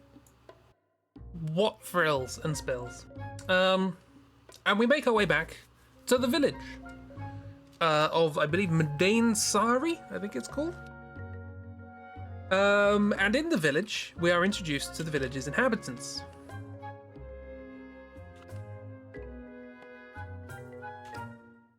I've already drawn you in this pose, so I might as well do it again.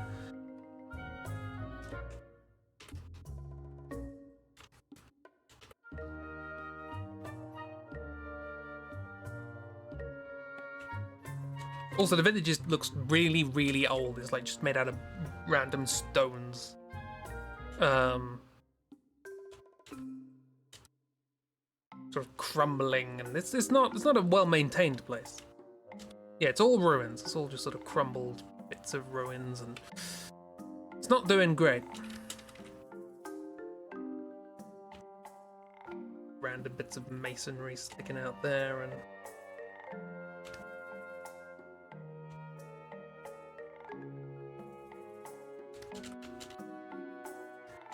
there's the occasional sort of intact building somewhere.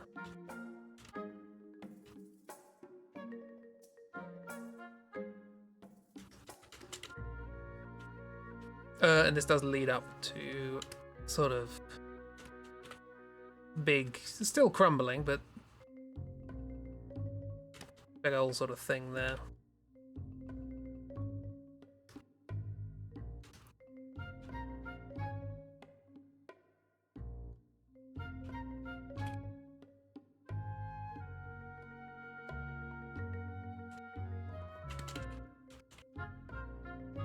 It's overlooking the sea, though. That's quite nice. Anyway, yes, we are introduced to the inhabitants of this place, who are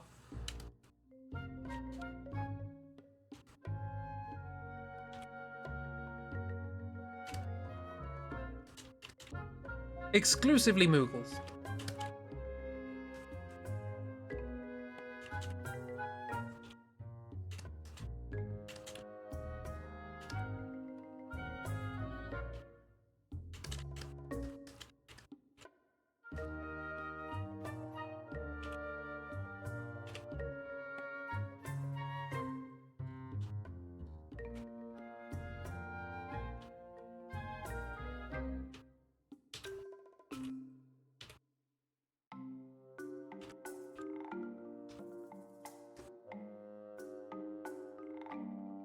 That's it.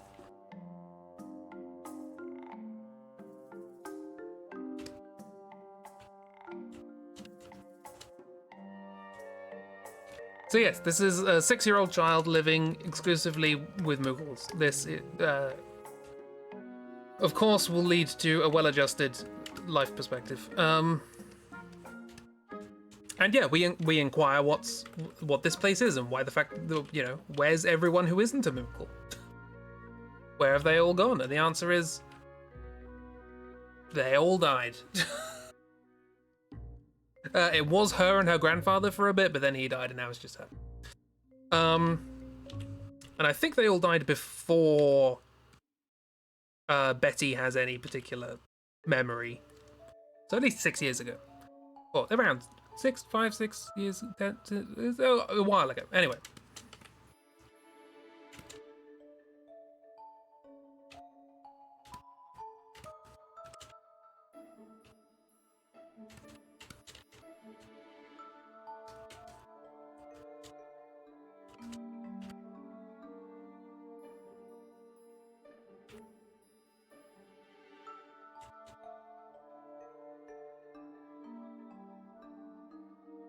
I was going to do you poking behind Betty, but from this camera angle, that's not going to happen. So I'm going to be flying instead.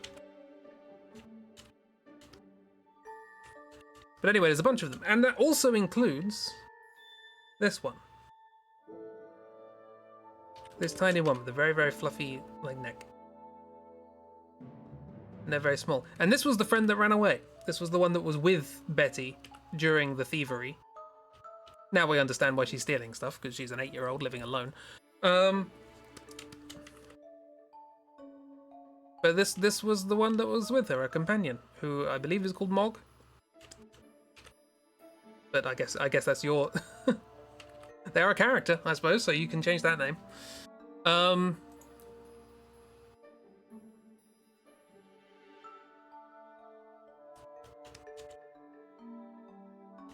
They're a character. They do things in the story. Unlike all the other ones, they're just here.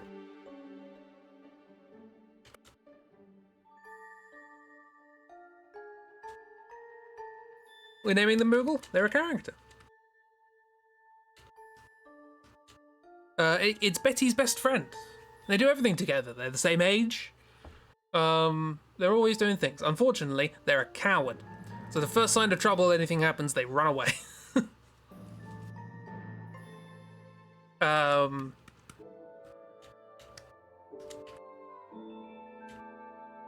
It's also fun to imagine that what I'm drawing on these Moogles is not noses, but mouths.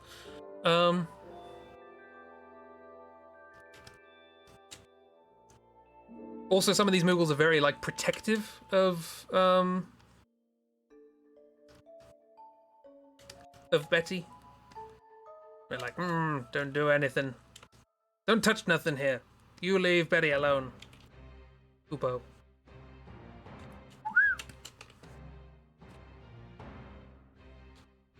This is the buff Moogle.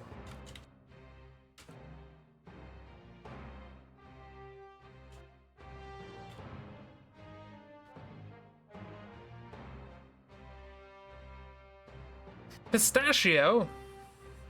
Fun. Pistachio's good. I like pistachio. Betty and pistachio.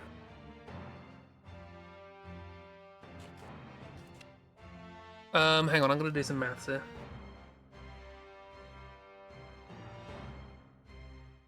We need one more. What should this one be? Tall and thin. They're really long.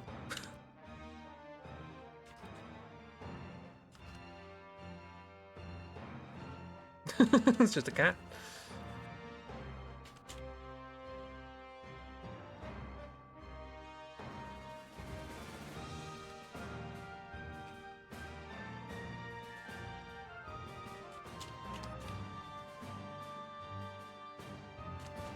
I've worked out how to draw a cat. You just draw a long Moogle.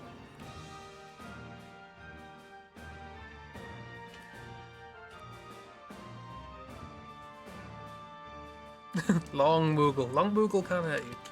It's fine.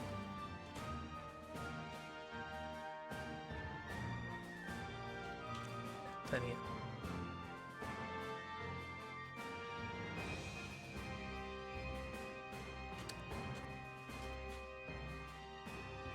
This is Long Moogle or Longle.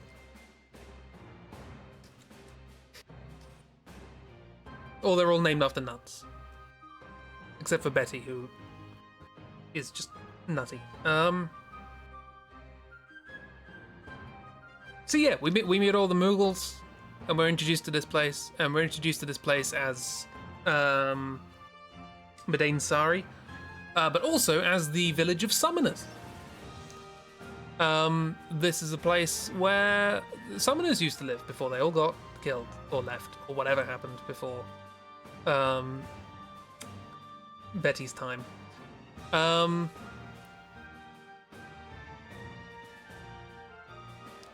Anyway, while we're here, we talk about, we're trying to find somebody who flies around on a dragon or whatever, and the Black Mages told us that there might be something interesting beyond the mountain paths, and this doesn't seem to be particularly interesting because, no one's here. And Betty says, oh yes, there's the Aoife tree. I can take you to the Aoife tree. In fact, you wouldn't be able to go there by yourselves because there's a magical barrier stopping it, and only I can get rid of that. And she's very proud. She says, only I can do that. Yeah, that's impressive, isn't it? Do you want to go on a date? And we're like, great, cool, can we go? And she's like, not before we've had dinner. I'm going to cook you dinner. I'm going to impress you with my dinner cooking skills. Because I'm an adult.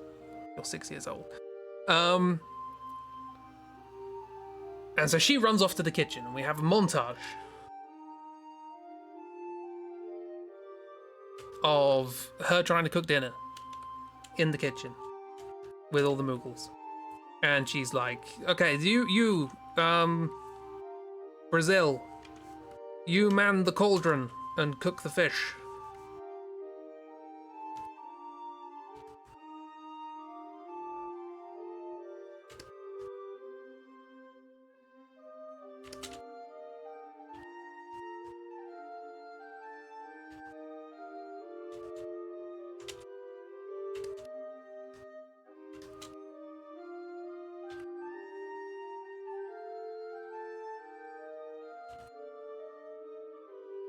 Yeah, she's delegating tasks to all the Moogles.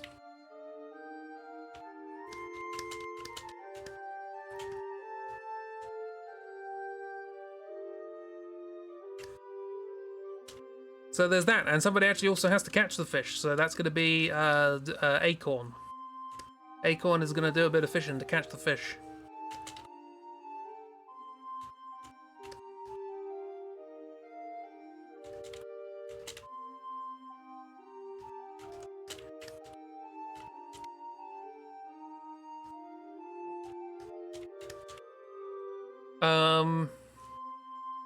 Yeah, the player gets to choose which Moogle does what, so and you've just met these characters, so... Yeah, I'm not going to make you do that. That'd be cruel. Because I didn't even really pay attention to who was who when I was drawing them, let alone you guys paying attention. And there's also, like, there's a pot over here that needs to be looked at. This is the boiling water or whatever, and this is going to be...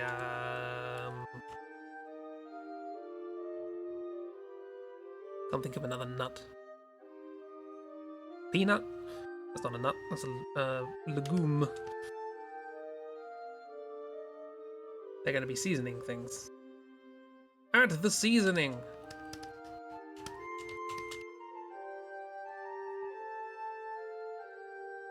The big Moogle is going to be guarding the building up top.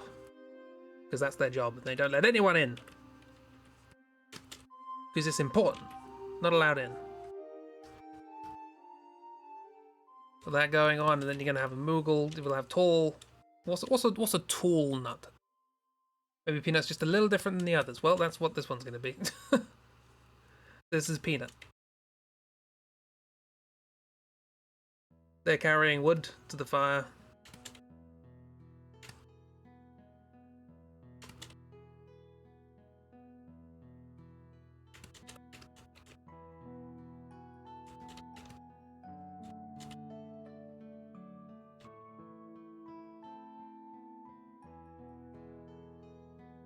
And Mog is here for... Not Mog. Pistachio.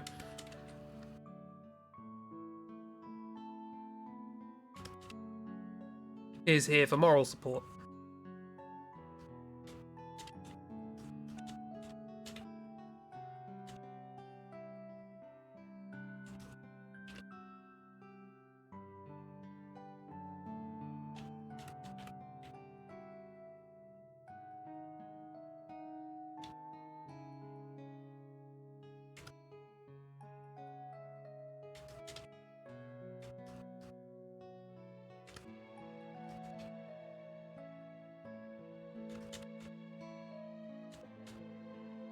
So, almond, yeah, that's a good one. Question. I will give you one question, though. How many people are we cooking for?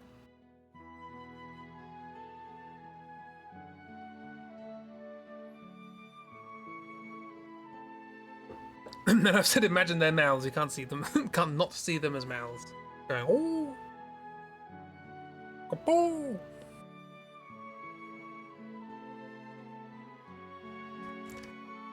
Thing is, the way I've presented this, the answer might actually be quite obvious.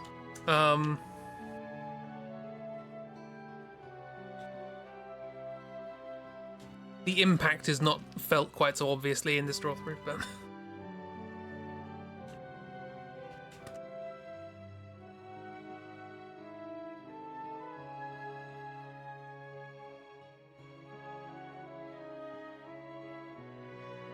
That's fine. So we have, what do we have? We have the 6 Moogles here. There's Betty. She's got to eat as well. Obviously Simeon, Vive, not Vive, Vivi, and Butterknife. They're all here. Quimbsh buggered off.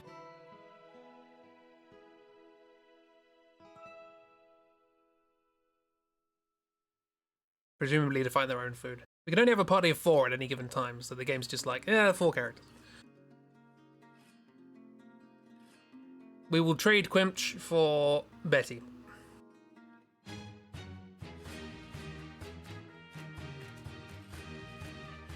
You say Quimbsh is here?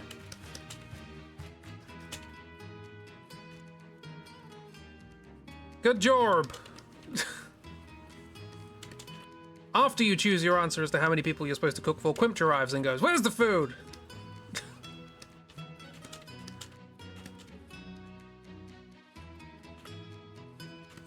Just splashes out of the river below. It's like, I heard you were making food.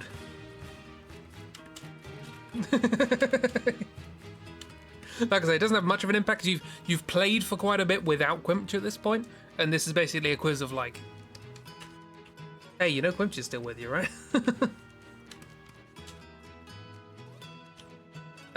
But if you do the reasonable thing and try and get exactly the number of characters you currently have around you, you're obviously going to make not enough food, because Quimbsh is going to arrive, and I mean, generally speaking, there's almost certainly never enough food when Quimbsh is around. But specifically, if you haven't accounted for Quimbsh at all,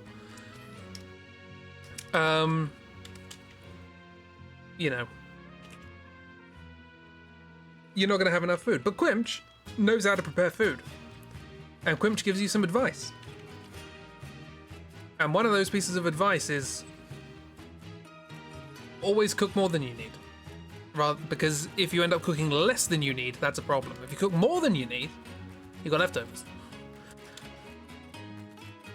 And that is the one piece of advice from this game that I have taken with me for the rest of my life. That is the most useful piece of information in this game.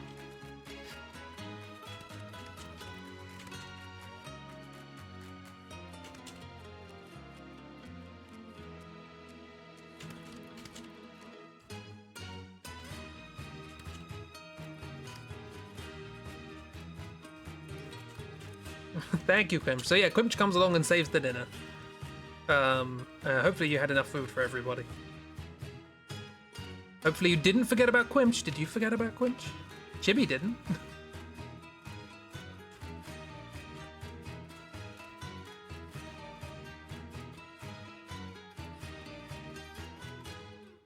But yeah, and then we all sit down to dinner. Best baby apart from Vivi.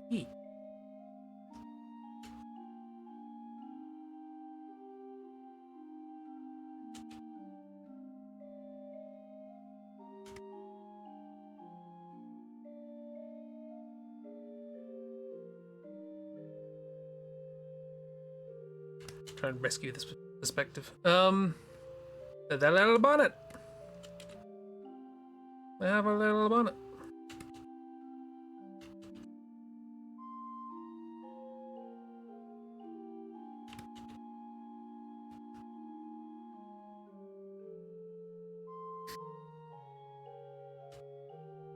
I mean, in the game, the Quimbsh is almost exclusively referred to as like that. But I think nowadays there works. I don't think they mind. They're made of fungus. They're just going to eat. They don't care for your stupid concepts of gender. Eat! Eat, everybody! Is gender a food? No, eat it.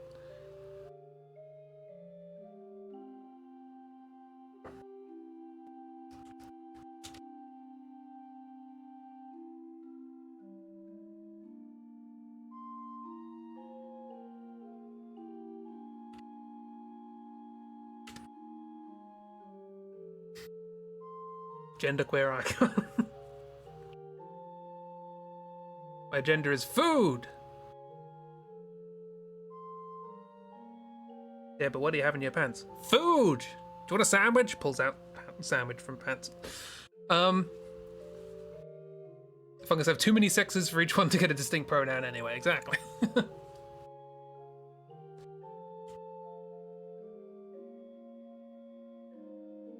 But yeah, and then we all sit down to a nice dinner of fish and whatever else gets cooked. Probably some bread. Can't remember. We have a nice chat, and all the way through the dinner, Betty tries to remark at how good. Look, I'm really good at cooking meals, and I'm a very good host. Hey, Simeon, what's your perfect idea of a date?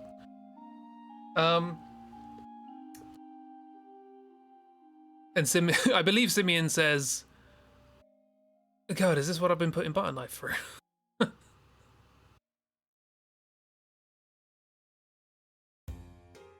She doesn't stop this. She carries on doing this basically for the rest of the game. She has a big crush on Simeon. The one person in the world.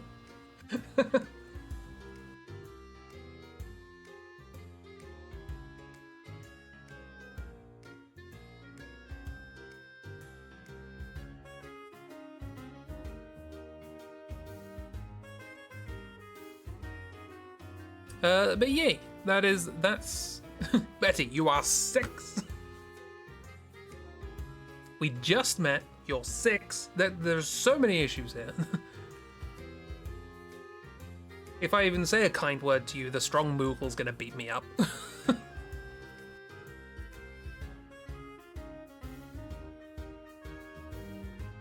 But yeah, she's just boisterous and an excitable kid.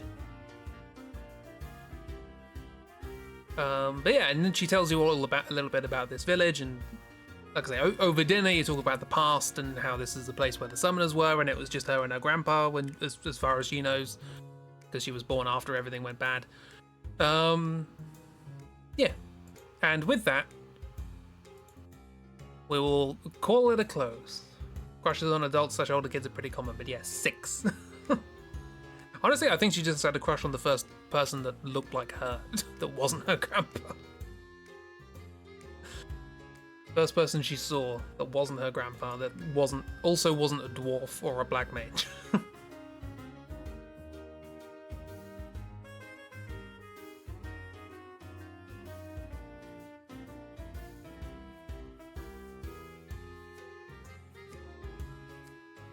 And also saved her from being eaten by a fungi, exactly.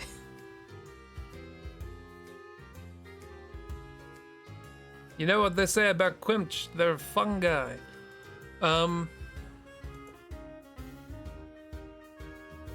Anyway, thanks for joining. We have now met Betty. I hope you all like Betty.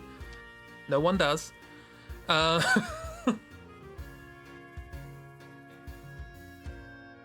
is the funniest of guys. He's just a funny little guy who wants to eat everything. One of the things she doesn't actually want to date anything right now is mistaking her emotion. I feel like she's just like a kid whose imagination's like getting away with this. She doesn't really understand what dates are about or falling in love or anything like that. It's just like, oh, my prince has saved me, my knight in shining armor. It's like, you alright?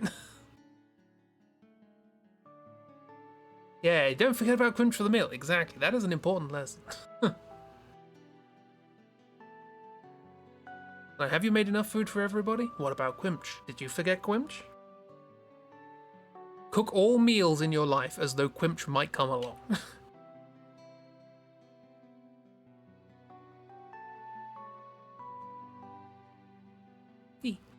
And with that, yes, we will end. I'll be back tomorrow morning to doodle something. I don't know, maybe we'll start on those crow music art things. The art for the music that you're hearing now. I know I did a couple of tests for it, but I'll start it properly at some point. Gotta get it done. Always make too much food, just in case Quimbsh is I'm just automatically everything when talking about Quimbsh. But also, to ashes. Also tomorrow, there is the Chibanathas Day, which I'm assuming is going to be more of the adventures of Louis and some other characters, I guess. Yeah, Chibanathas. More new tales of the Borderlands. Louis and Stapleface, exactly. We'll see what happens, because at this point, I don't know. Things just happen. I'm just there for Louis. I'm good. Louis great. Stuff has happened. More stuff will.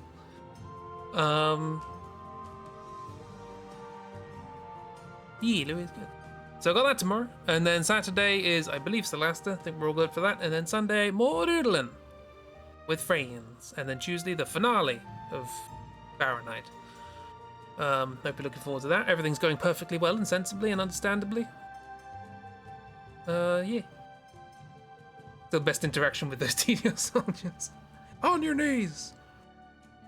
Yes. Good timing. Great timing. And they're like back and forth of like, ah, ah, ah, ah. Anyway, everybody watched the previous VOD. It's a good time. The plot's, but it's a good time. Anyway. Yeah, so we'll be back with this next week. And we will learn a little bit more about the village of the summoners. And about where we're going next. And maybe, possibly, find out something that we're actually here to find out about. You know, Mr. Swan and all that. But yeah. Thanks for coming along. Hope you have a lovely time. Hope you had a lovely time, and I hope you continue to have a lovely time all the way through to the next time you come to this stream, and then it'll hopefully all start again. Well, not it won't all start again. It's not Groundhog Day, but I mean, with the draw-throughs, it kind of feels like keep drawing the same characters over and over again. Mr. Swan, what happened to that guy? He swanned out of the story. But yeah. Thanks for being. We'll get to that. I'm sure he's not important. It's fine. But yeah. Things.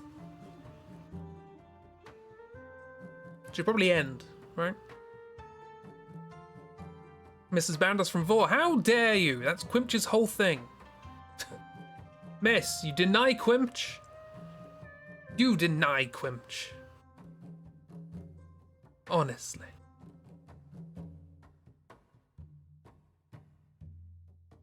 Anyway, bye.